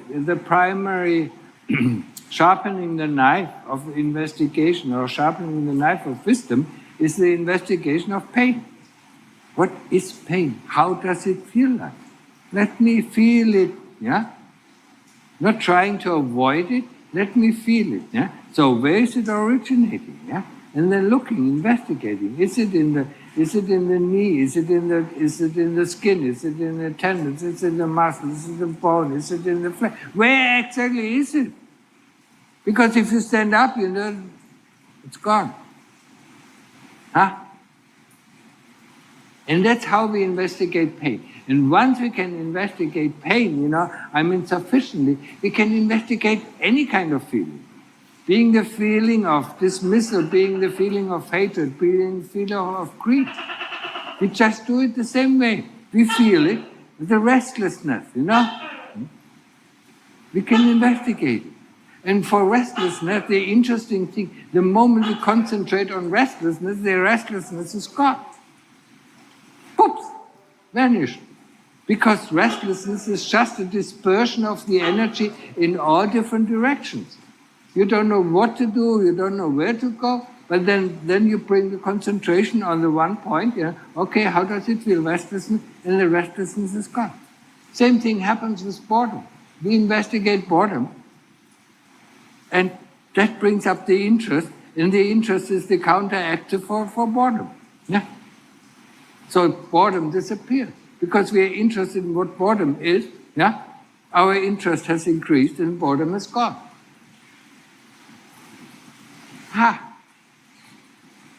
Isn't that interesting? But we don't investigate. We said, I'm bored, I cannot make this, yeah? I'm restless, let's stop. We will never, we will stay stupid for the rest of our life if we don't investigate the things that, you know, that come, you know, come in front of us. Okay? I meditate every morning and evening, but during the day I sometimes feel unsure what my main practice should be. Should I mainly be watching the mind, returning to Buddha, contemplating the 3 characteristics, guarding the senses, or something else? If you could recommend one practice to keep returning to throughout the day, what would it be? You can, during the day, you can return always to the Buddha, yeah? Especially if you have some activities, you know, that do not, yeah, incorporate, you know, thinking. Yeah?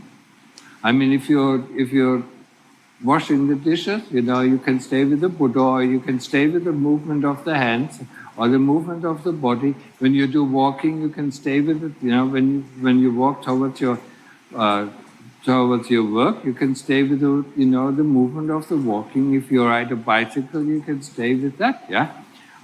But you always have to have, you know, the anchor, and the anchor is the Buddha. All the breath. And then you can, you know, I mean, the more concentrated you are, the easier it is. I know, I mean, I've gone through all this, I mean, I was meditating in the morning, 1 hour. I was very, very aware or mindful, most people call it mindful, cycling to my working place. And then I went up to my desk, still mindful, And the moment I sat down, 8 hours are gone.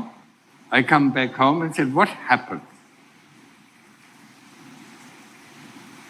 And then I try to, break that up, the 8 hour, that I was working, break it up into smaller, Okay, now I drink the coffee. Now I will be very mindful, very aware of drinking the coffee. When I go to the toilet, I will be very aware. And that broke it up, And once you broke it up, it makes it easier. You can break up more and more and more and more of these things, Daily activities, Bring the mind back to the awareness, what actually is happening right now. Okay? That's the end of it, I mean, it's raining. Do you have any questions now? If not, ask them tomorrow. Especially if you have private questions, that you don't want others to hear. But everybody has the same problems. You don't have to be shy, Everybody is fighting the same problems. You think you are special? No, you're not special. You're just, you're just corrupted by the kilesas as everybody else, I mean, sometimes there's a little bit change, sometimes these kilesas are more obnoxious for this person and that greed is more obvious for this person and hate is more obvious for that person. But it's the same thing. You don't have special problems, Okay? So, I wish you good practice, Don't give up. The Thai says, "Su mai thoi," Fight and don't retreat.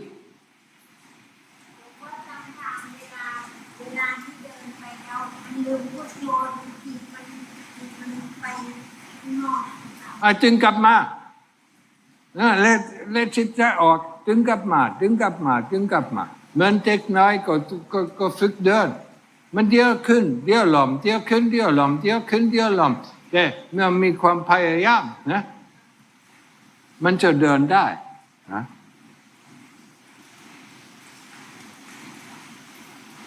โอเค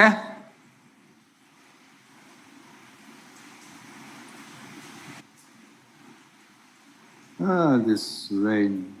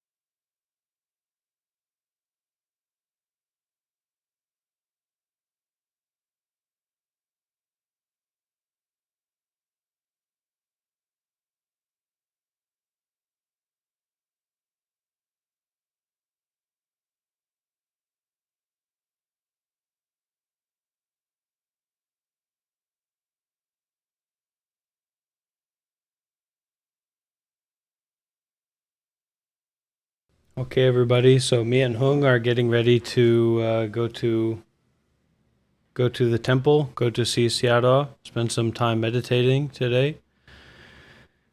Siara leaving tomorrow morning. So we're just going to go for the day and then come back home. That's the thing. We don't feel good. We don't feel comfortable. We say, "Oh, I'll take a rest, or I'll just hang out, or I'll try to do something that's going to make you feel comfortable."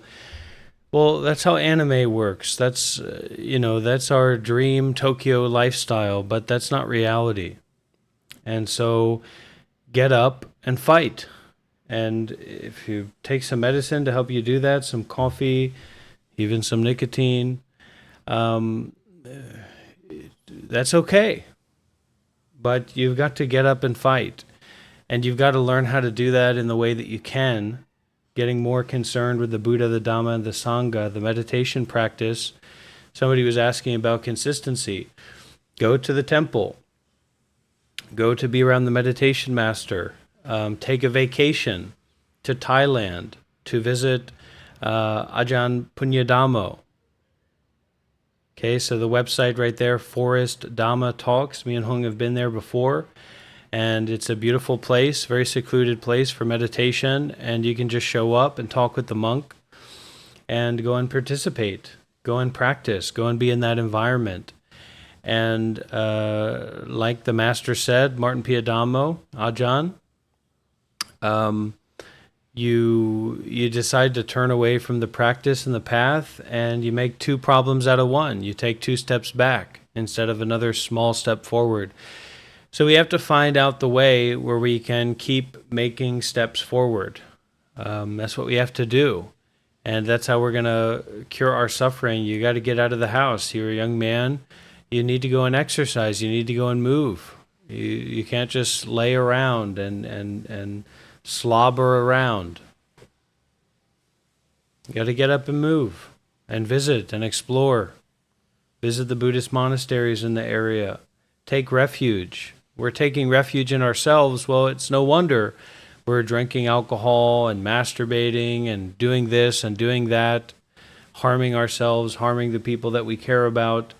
You have to fight. You have to become a fighter to go farther on this path. And it's not about something being presented to you in an entertaining way or in an easy way. It's not easy. And that's what makes it beneficial. So get out there and practice and meditate. I'm here to help. And our Sangha is here to help us to continue that fight, not to make us more complacent or more comfortable in the current situation that we're in.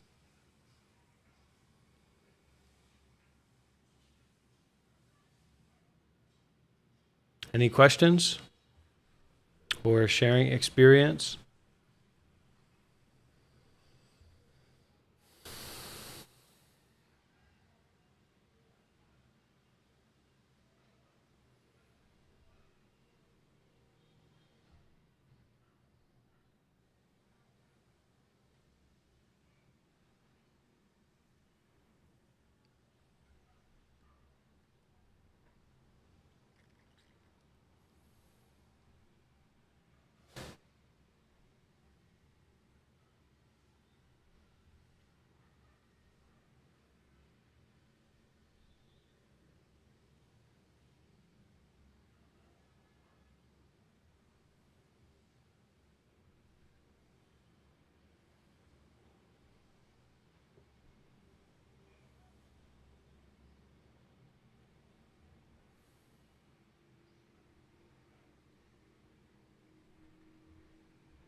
It's not commercial. It's not based in self.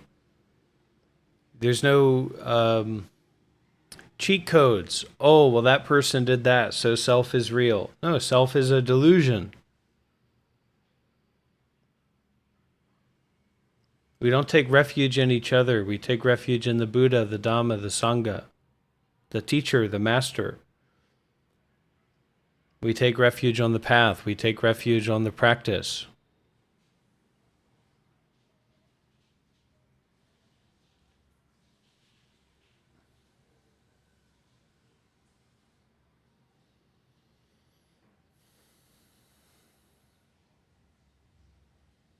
We go on and on and on and on, distracting ourselves and avoiding ourselves. Okay, well, those problems are never going to be solved. We're never going to develop a deeper understanding of the mind.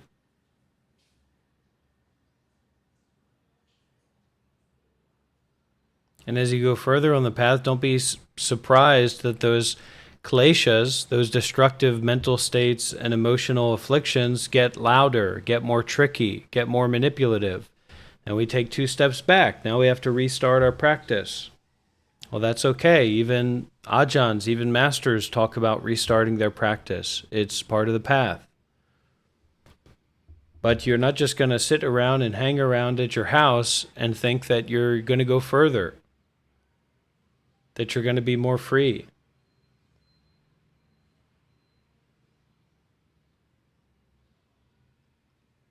We don't just do this for ourselves, we keep giving. We do this for everyone. We meditate for everyone. We share for everyone, with everything.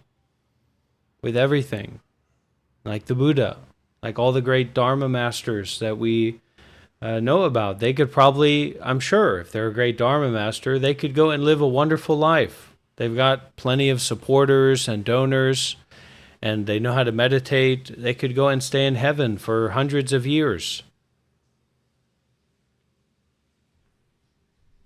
But they choose to sacrifice, to take on the karma of people that are suffering, confused, lost in the sauce, and to help.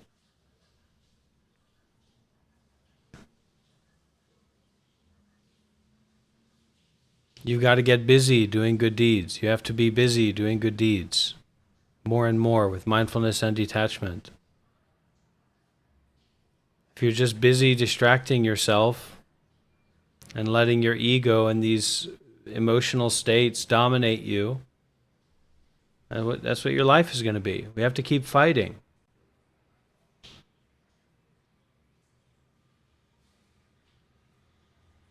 We have to keep giving.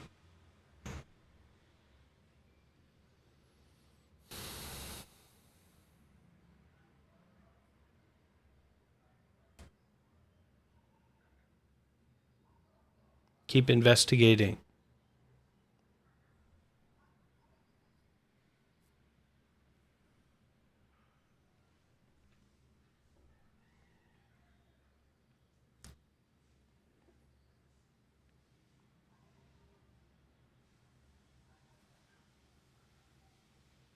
Learning to say no to self, learning to say no to suffering. Learning to say no to pain. But to say no to pain, you have to understand it.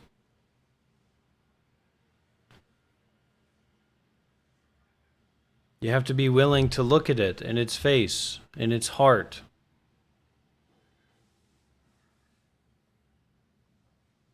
Is this a path to non-duality? 100%, James, 100%. It's about non-duality. It's just that talking about it that way is more of a trick or a toy for people, rather than an actual path to non-duality, or what's called the pathless path. You make a lot more money, you get a lot more views by having a gimmick.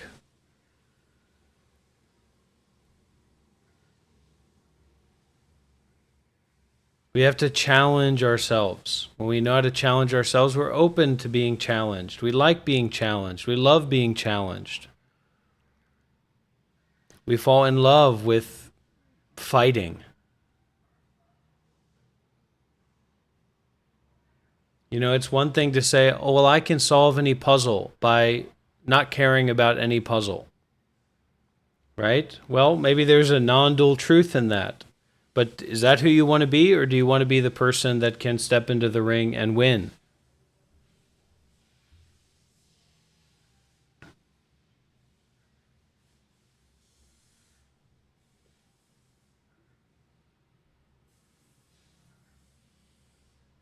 You want to be a solitary Buddha, or you primarily want to be personally enlightened? That's great. Same thing applies. You have to find a community, you have to find a practice method, you have to find a teacher, you have to go into it. A lot of the people that come out on the other side of seeking and say, oh, I got it, I'm a non-duality teacher, and now they're teaching manifestation, they're losers. Their seeking was unskillful. They didn't have enough blessings. They didn't have enough good conditions. It's like smoking a smokeless pipe. What's the point? It's a gimmick. It's nonsense. Shiva is going through a whole thing right now because he's high on profit. He's high on his ego. One of the worst things that might ever happen to you is getting everything that you want. Really, truly.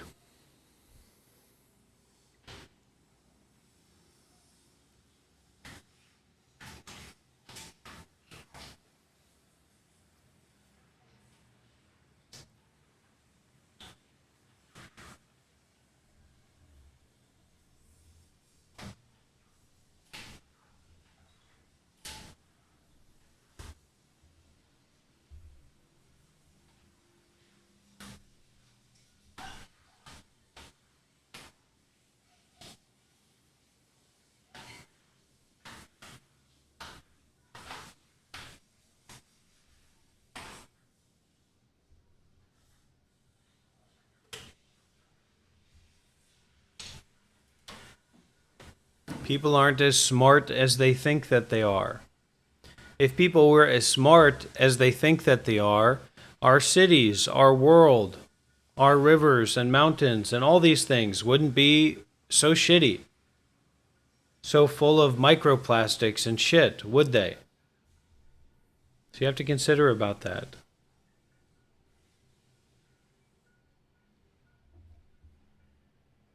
Me and Hung are going to the temple. And Shiva's been messaging me and calling me. He's going through a kind of breakdown, ego disaster. So don't worry about it. Focus on the Dharma masters, the practice. It's one of the difficulties that I go through as well. Thinking about views or thinking about hooks or thinking about people consuming what's being shared. You have to practice. None of that stuff is important. How much money I'm making. How many people are watching my videos. How many people are on the live stream. It's just nonsense.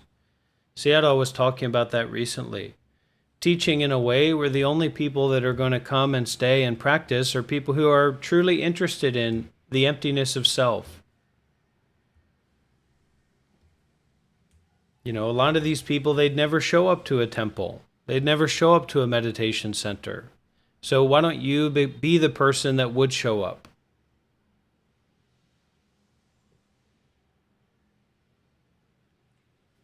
Ask questions that come from that place that you would show up at a meditation retreat. You would put yourself before a meditation teacher.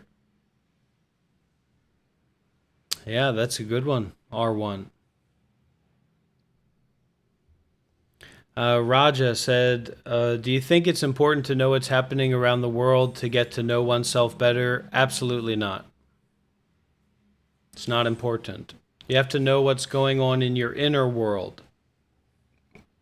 That's where meditation comes in.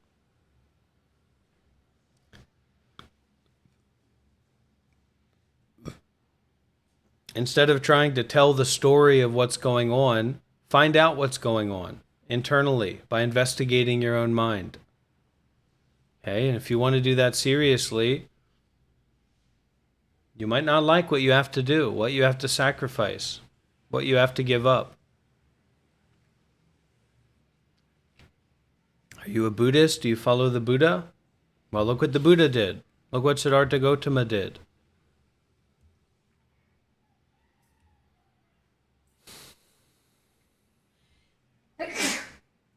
Stop coping, start giving.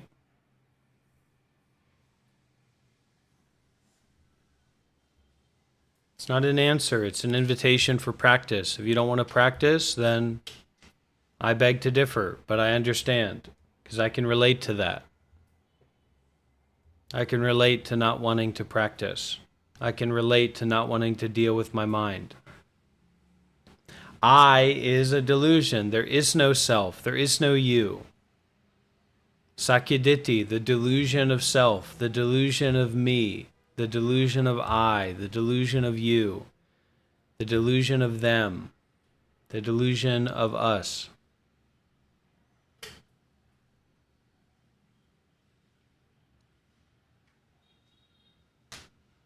Yeah, 100%, James, 100%. 1000%. That's why you don't see them talking with other serious practitioners. You don't see non-sectarian dialogues going on. They don't debate with anybody. They're not open for it. Now, sometimes that's very appropriate. You're leading a group or you're teaching, or someone's showing up with a gun and they're asking you to arm wrestle. Well, what are you doing with a gun? Put that away, come back, and we'll arm wrestle.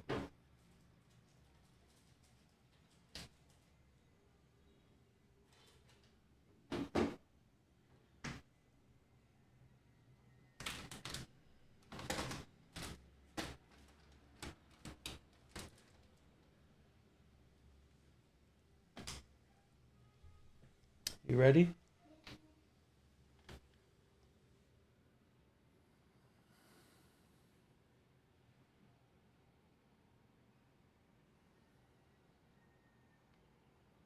Advaita Vedanta, non-duality.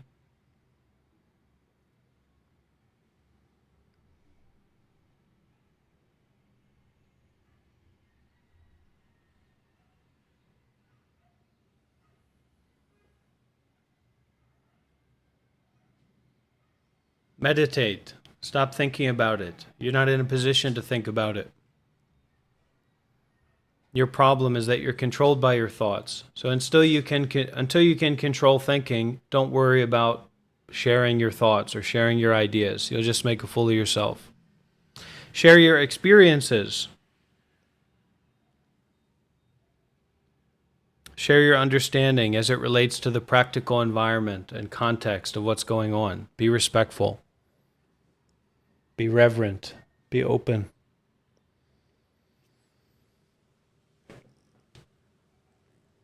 Be fair.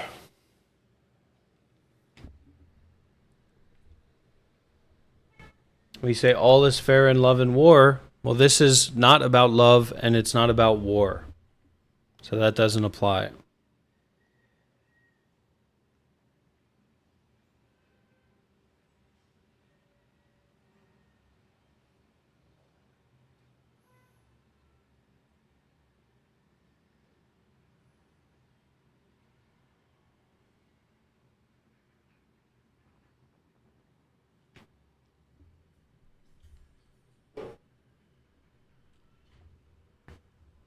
If you're not someone that would like to spend time meditatively with someone who spent 8 years as a Buddhist monk, then it's probably not a place for you. If you're not interested in Buddhism or meditation, it's probably not a place for you. Not that you can't be here, but that it just doesn't make any sense on your end to be here. So take responsibility for that. It's not that conniving or something like that.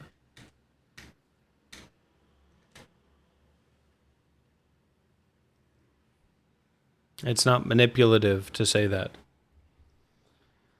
Okay, ready to go?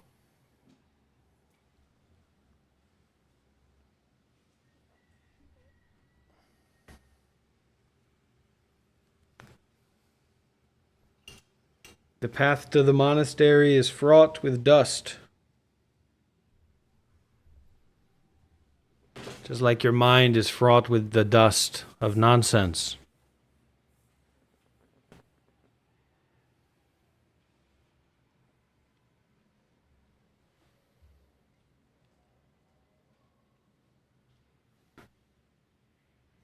Okay, everybody. Thanks for coming by. Thank you for your trust and your sincerity and all that stuff. And see you again soon, all right? One of the best ways to reach out is just to leave a comment on YouTube. If you'd like me to talk about a certain subject or share something with me, anything like that, you're welcome. Okay? All right? We all are doing horrible things. We're all confused and messed up. That's why we're on the path, all right? Be happy. Be happy. Take care of yourself. Take care of yourself. Bye-bye. Bye-bye. See you. See you. See you soon.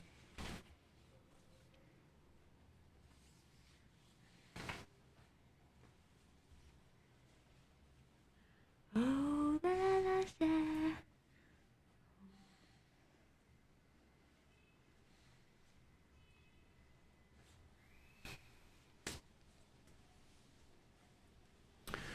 All right.